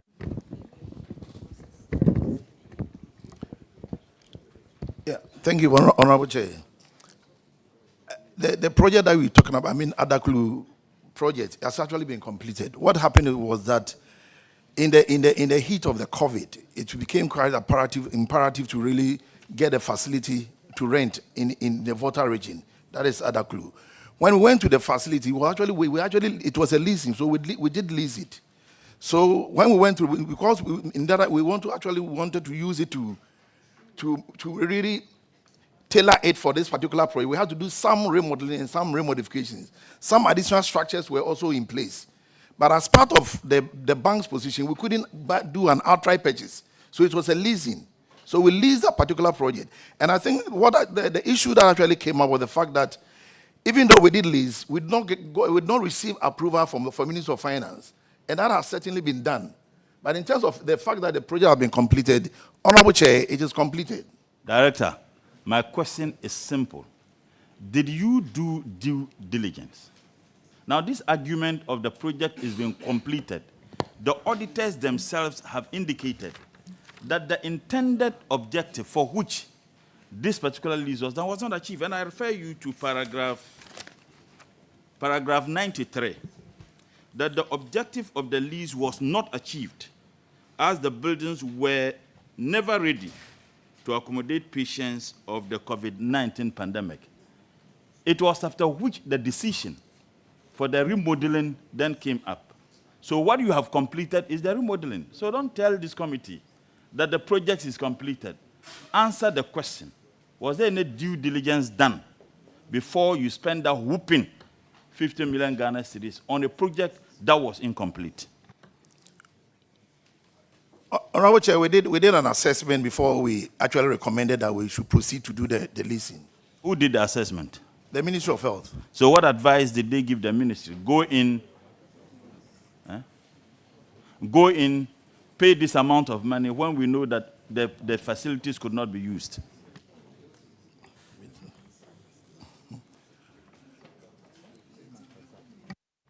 Was that the advice they gave?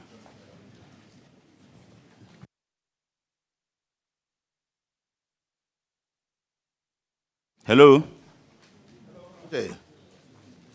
So the advice they gave, yes, please, was that you can spend this amount of money on a project that cannot be used, taking into consideration the exigencies of the issue at the time. Yes, please. That was the advice they gave. And you spent the money on it. Yes, so please. they knew that you could not use it for the intended purpose, yet you spent the money on it. No, you see, the fact that's what I'm saying is that when we did our assessment, we realized that for us to be able to use it for its intended purpose, we needed to do some add-ons. We needed to do some remodeling for it to be fit for purpose. And that was what was actually done. So, Mr. Chairman, why would you be spending over 20 million Ghana cedis on a lease project? For you paid 15 million already. Yet, as it's a lease, you are spending additional 20 million Ghana cedis. Why would you do that? Who does that?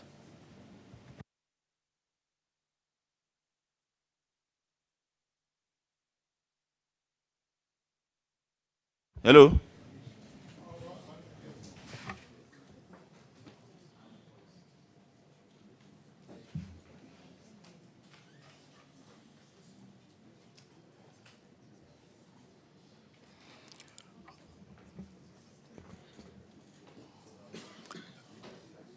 Yeah, I think just like I did indicated, the buildings were actually to be used to house COVID patients.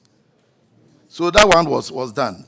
But for it to be a treatment center, What was done? Center, what was done? You said that one was done. What I'm saying is that you are, Honorable, respectfully, you were asking why we went ahead to do it. And I'm trying to explain to you the circumstances under which we recommended to the ministry as to be a holding center for that matter for the COVID patients. Mr. Chairman, this particular activity, the leasing was done in the thick of the COVID challenge. And in your response, you've indicated to the auditors, you indicated that it was at the peak of the COVID pandemic.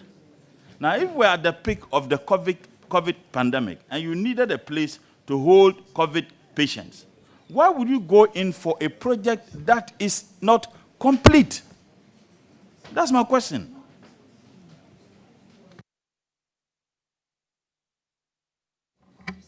Honorable, the truth is that, you see, under the circumstance, that was the only good project, and the only facility that was available for us to use.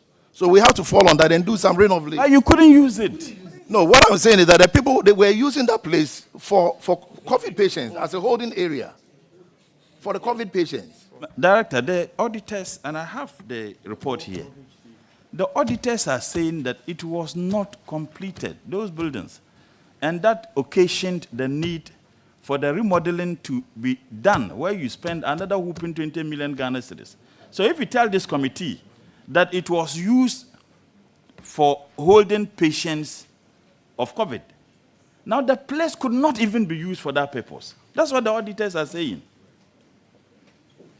Again, Mr. Chairman, if you read Section 69 of the Public Financial Management Act 2016 Act 921, it indicates that subject to Article 181 of the Constitution, the Minister of Finance has the sole authority, underlined, to enter into finance lease agreement on behalf of government. In this instance, the ministry was not even informed. The Ministry of Finance was not informed. With what authority did you engage in that, and do you agree to this committee that there was a blatant violation of law? In this case, Act 921.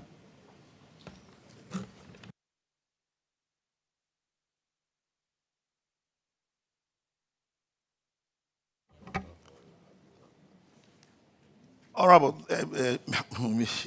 Honorable Chair, I think I just indicated on the premise that the facility was used to house COVID patients.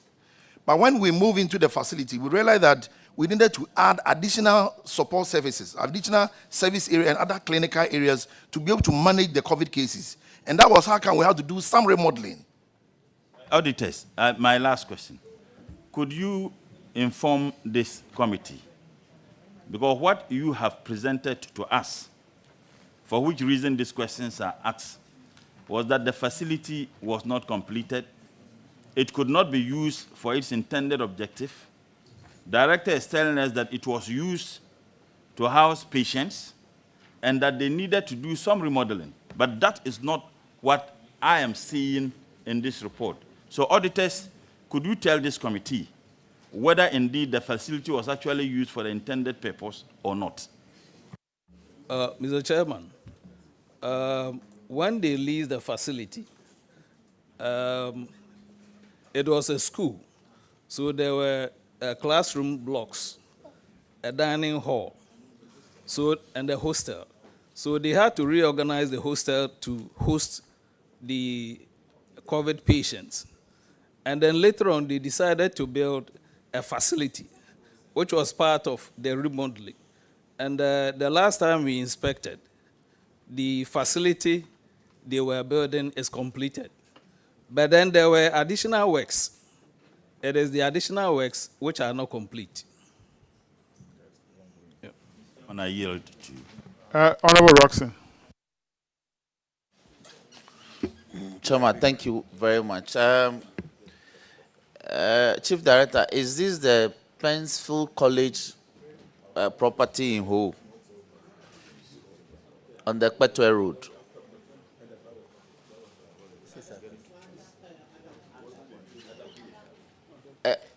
Yes, it may be in Adaklu district, but it is on the whole Budgetary Road. It's called something college. It used to be a school. Greenfield, exactly. Greenfield is by the roadside, by the highway, the whole Budgetary trunk road. Now, at the time that, during the outbreak, we are aware that you called on private entities to assist, to accommodate. So when this college made its premises available for quarantining the COVID-19 victims, how long did they assist before you entered into this agreement? How long did they assist the state? No.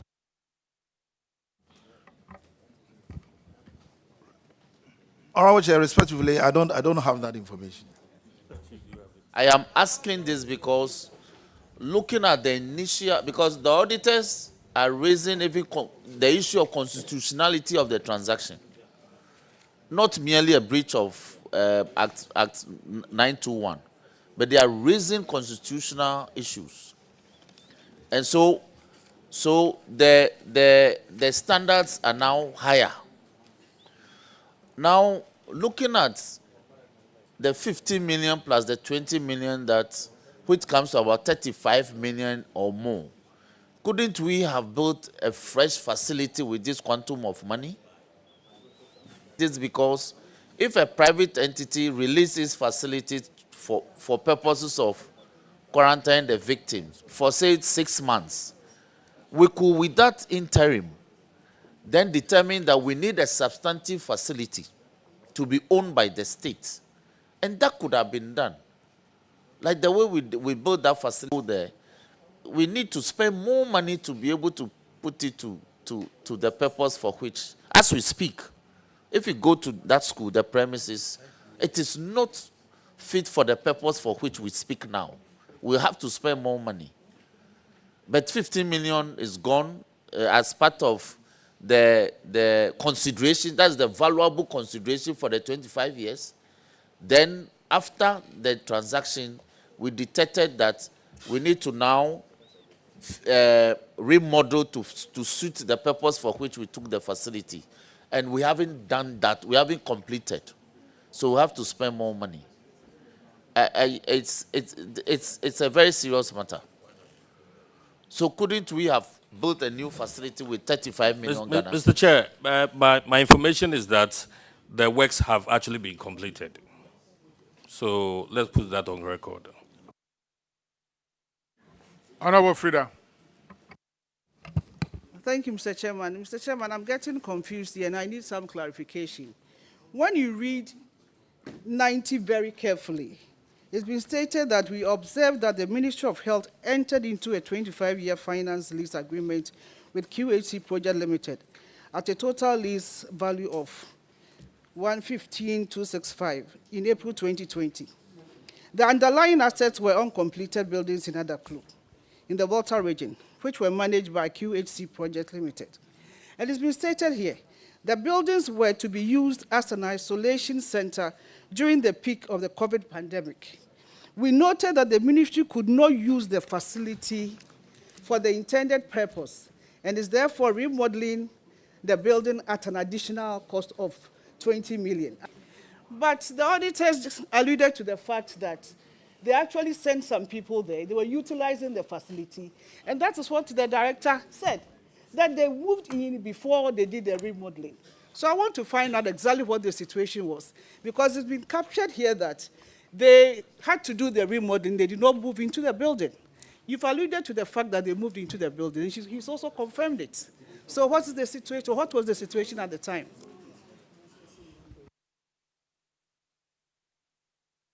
Yes, auditors. Mr. Chairman, when they got the facility, they needed to do some work before the COVID patients could go into the block. So it was part of the remodeling. Yeah. No, they did. Then the patients went in. Then the remodeling continued. The remodeling entailed so many things. The remodeling entailed auditors, if that is the case, why did you report that the ministry could not use a facility for the intended purpose? Could not use a facility? Mr. Chairman, we put it that way because the facility was a classroom block. So they had to do some partitioning. When we went there, they had done some partitioning. So it was after the partitioning that they were able to move the COVID patients in. So that is why we have that expression there. Yeah. Okay. Well, we have problem with that answer, but we'll move forward. Honorable Bauer, after that, Honorable Jif. Thank you, Mr. Chairman. Mr. Chairman, if you read 94, and the auditors are even recommending that the ministry purchases the facility. And then in the same outright, and in the same paragraph, they are recommending an investigation into the choice of an uncompleted building during the peak of a pandemic to hold isolated patients. I would like to find out from the ministry whether this investigation has been carried out and why they should, think of putting, holding patients in an uncompleted building, which is not, so so even the auditors themselves have already queried, and truly, Chairman, let me be frank, I don't like the writing of the auditors on this issue. They should have, because there's no evaluation, and they should have come out with a complete recommendation. The style of the auditors in this matter is not helping. It's not helping issues. So can the ministry respond to the honorables? Whether the investigation was carried out? Whether the investigation recommended by the auditors was carried out by the ministry.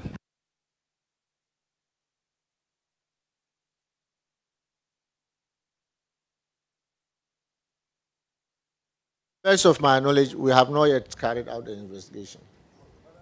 Honorable Jifa. Thank you very much, Chairman. My challenge, and for which I seek clarification, is from the Director for Infrastructure. What he said is not the same as the auditor said. He indicated that the people were using it, and then they realized that there was a problem, which they sought to solve. Now, we are speaking in a time where, when the COVID happened, treatment was given also even in tents. So if we are asking questions about this whopping, you should appreciate the concerns of the questioner to you. And for me, you have not answered the question, and I think that you should go back to it and give us a proper answer in context. Thank you. Chairman.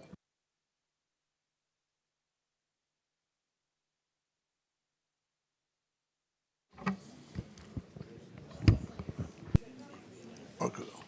All right, thank you, Mr. Chair. I think just like I did indicated, I think that we are saying that in the heat of the COVID, a whole team was sent there to do an assessment. Myself, the minister, and members of the regional health, whole regional health team. And we agreed that we have to use the place to house, because the facility was made up of a hostel and then a classroom block.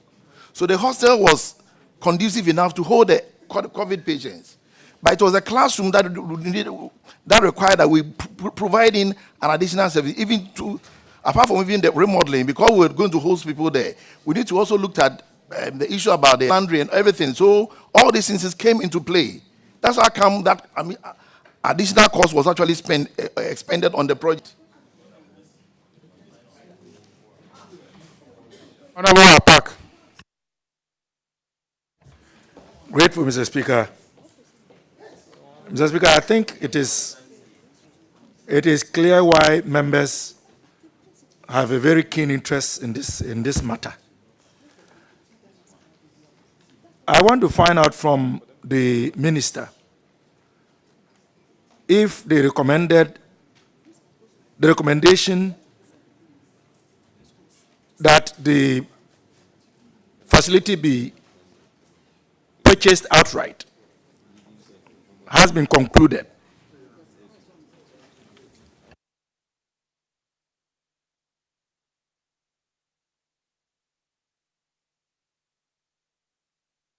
Concluded, and from Ministry of Finance, the amount has been settled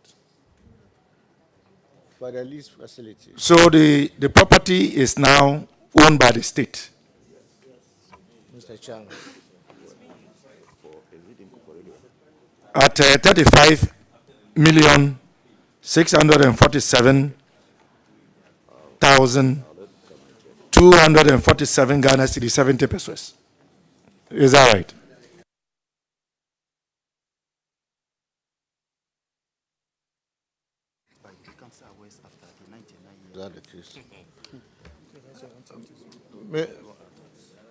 Mr. Chairman, yes. The amount involved has been settled, but my information is that they still own it, And it is after the 99-year lease that it will revert to us as our property. 99. The report says 25-year lease. You are mentioning 99. Yeah, it's 99. Yes.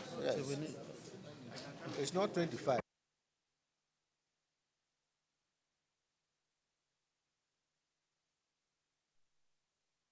Chairman, I'm confused. The honorable member wants to know.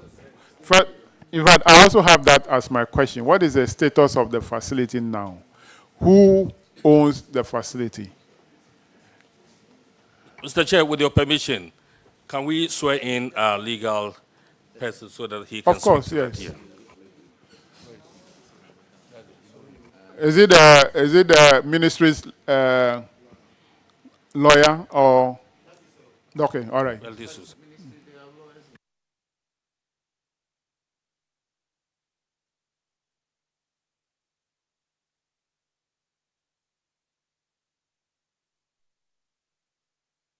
Put on the mic so that we can record. Sorry, sir.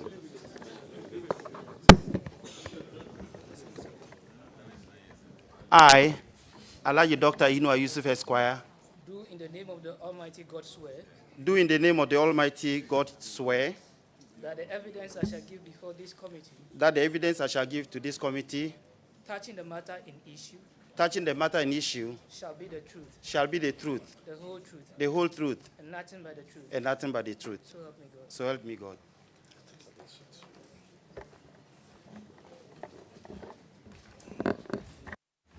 All right, so you can now introduce yourself to the committee.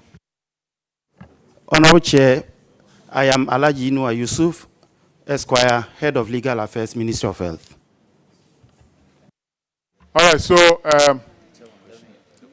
who was on the floor?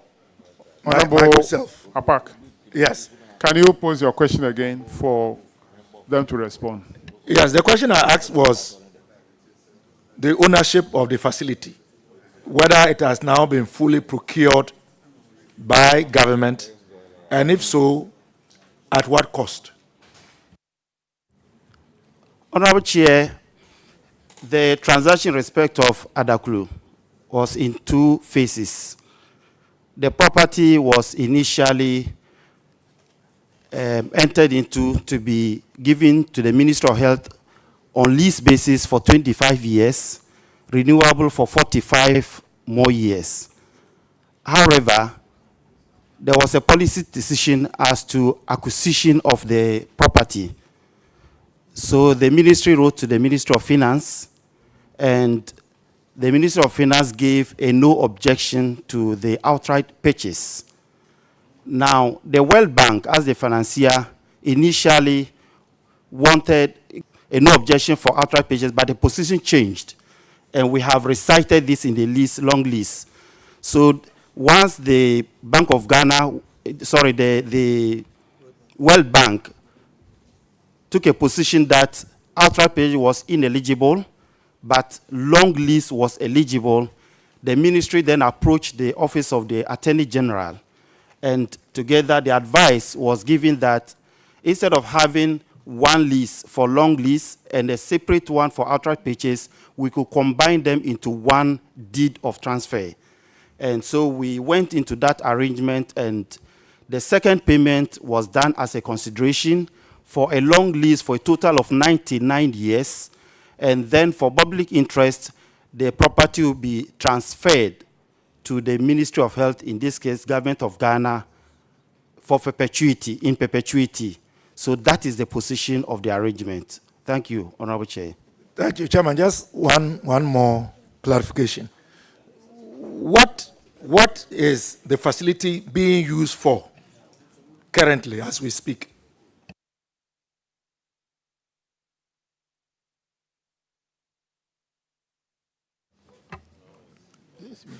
Center, yeah. Currently, it's actually being used as a hospital and being managed by the whole teaching hospital. Thank you, Chairman. All right. I want to ask the head of the legal department, the head of legal for the ministry. I heard you say that the World Bank, who is the financier of the facility, is it actually true that World Bank is the financier?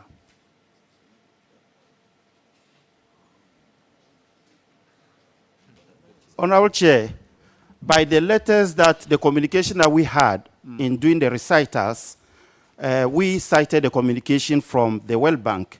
And again, that has been expressly cited, and the time of communication has been recited in the recitals of the document, that that particular project was ineligible for outright purchase. So we presumed that World Bank was the financier. If that is not the case, we do withdraw. Thank you, Is it Honorable not Chair. part of the COVID fund that we have raised? This money is not part of the COVID money we raised.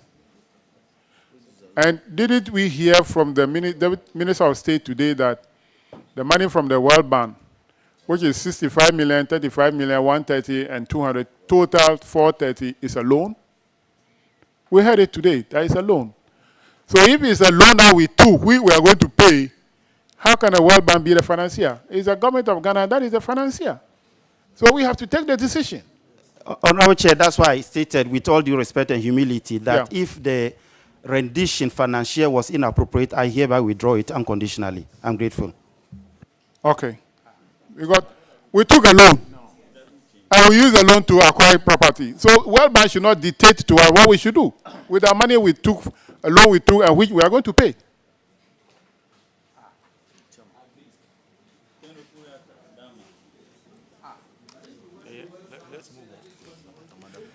Honorable Frida again.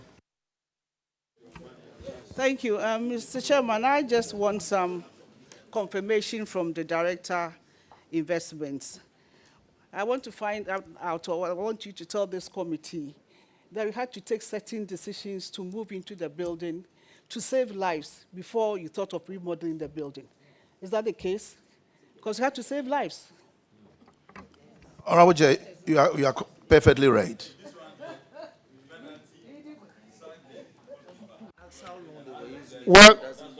Well, the laws of this country is meant to save lives and improve lives of Ghanaians.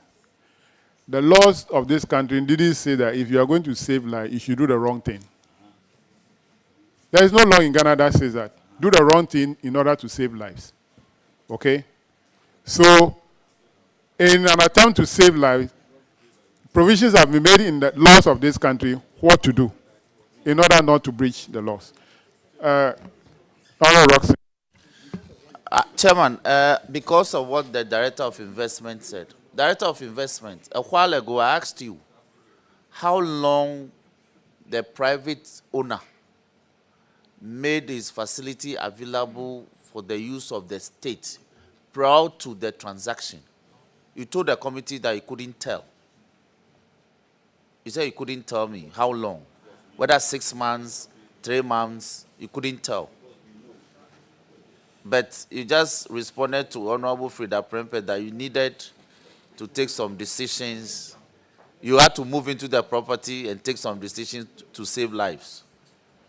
So when you moved in, you couldn't tell me how long you moved in to utilize it. No, Honorable, I don't think I got that aspect of your question. It's not that, yeah. Yes, because I wanted to find out how long it took us to utilize the property before we took a decision to enter into a leasehold agreement at that quantum of money. I needed to know, but we'll leave it. Now, Council, Head of Legal. Honorable Chair. My brother, you are welcome. Thank you, Honorable Chair. Yeah, yes, it's all about the same matter. Now, what was the value placed on the property when the valuation report was done prior to the execution of the initial leasehold agreement, the 25-year leasehold agreement? What was the valuation placed on the property? Honorable Chair, respectfully, I will have to refer to the deed of transfer. I think it's recited in one of the paragraphs. You are at liberty to do that.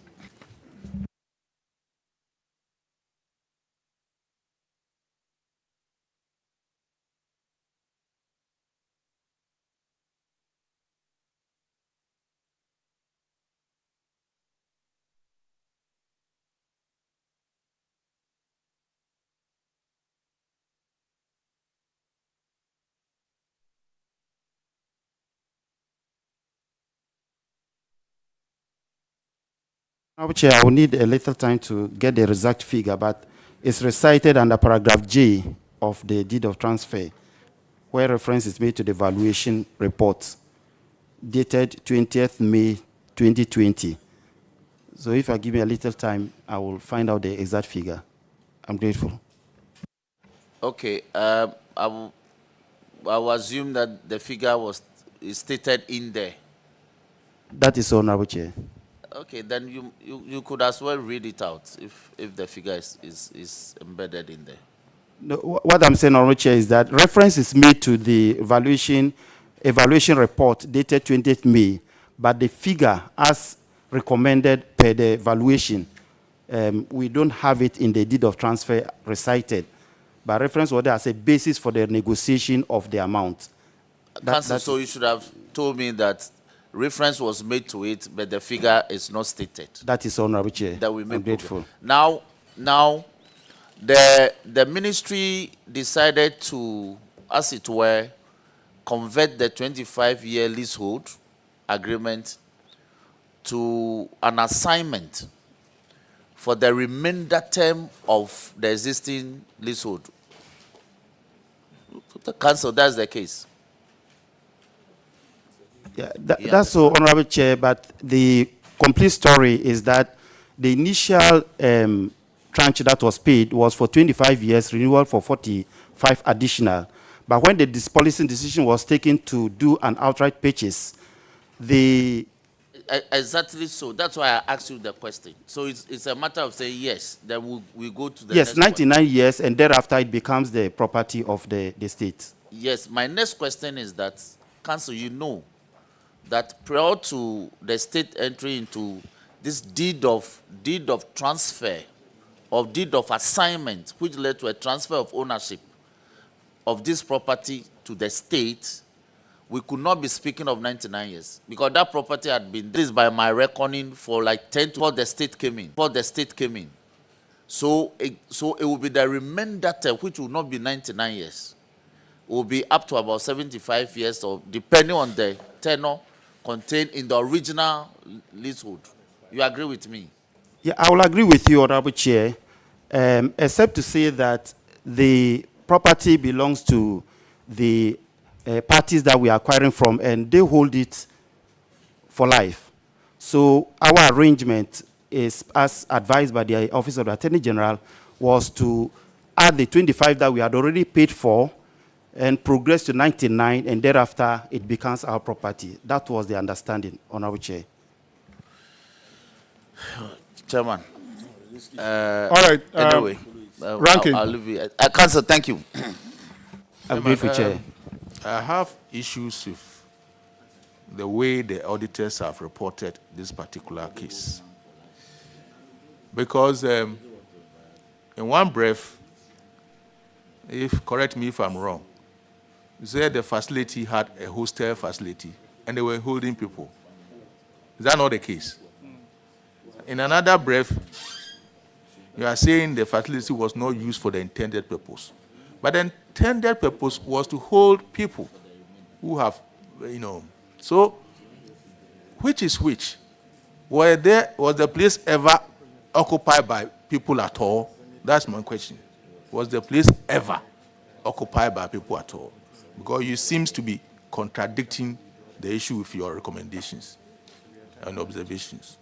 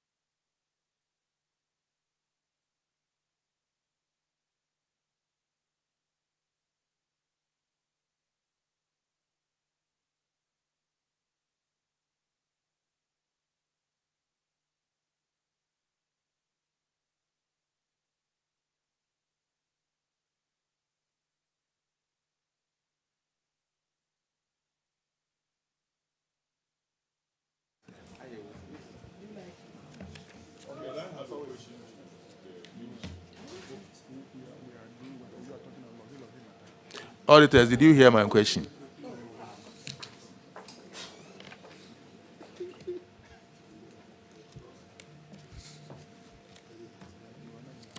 Yeah, Mr. Chairman.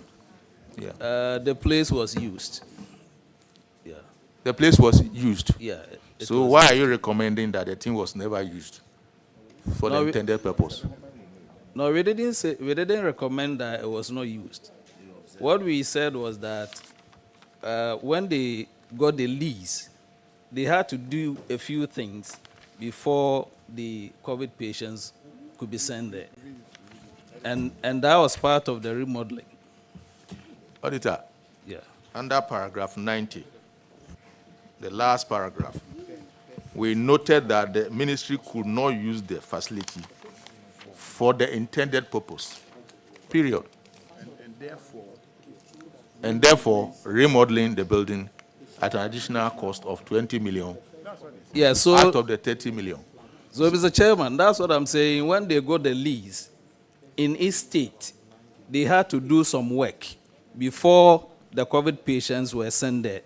And the little they did was still part of the remodeling. But some COVID patients were sent there, right? Some COVID patients were sent there. Yes. It doesn't matter whether they were not plenty or not. And some were sent the there. purpose of that building was to send COVID patients there.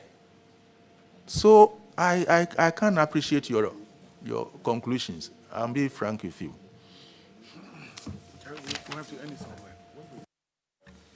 We have to end this in here. Honorable Kofi, last one from you. Then we'll end this one and move on. Mr. Chairman, it's still getting back to an earlier issue Honorable Roxanne raised. The first COVID cases was reported on the 12th of March, 2020.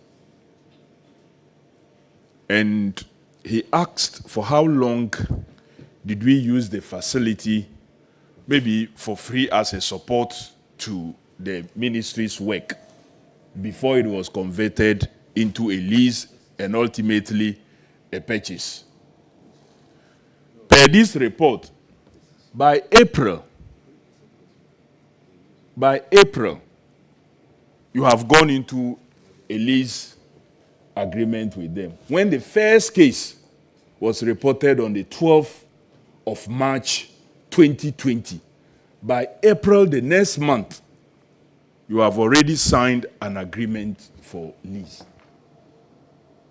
So his question is very relevant, that how long did the owner provide this facility for use as a support before you went into a lease arrangement with him or her? It's important to answer that question because the dates we have here, we need to get that answer. Move on.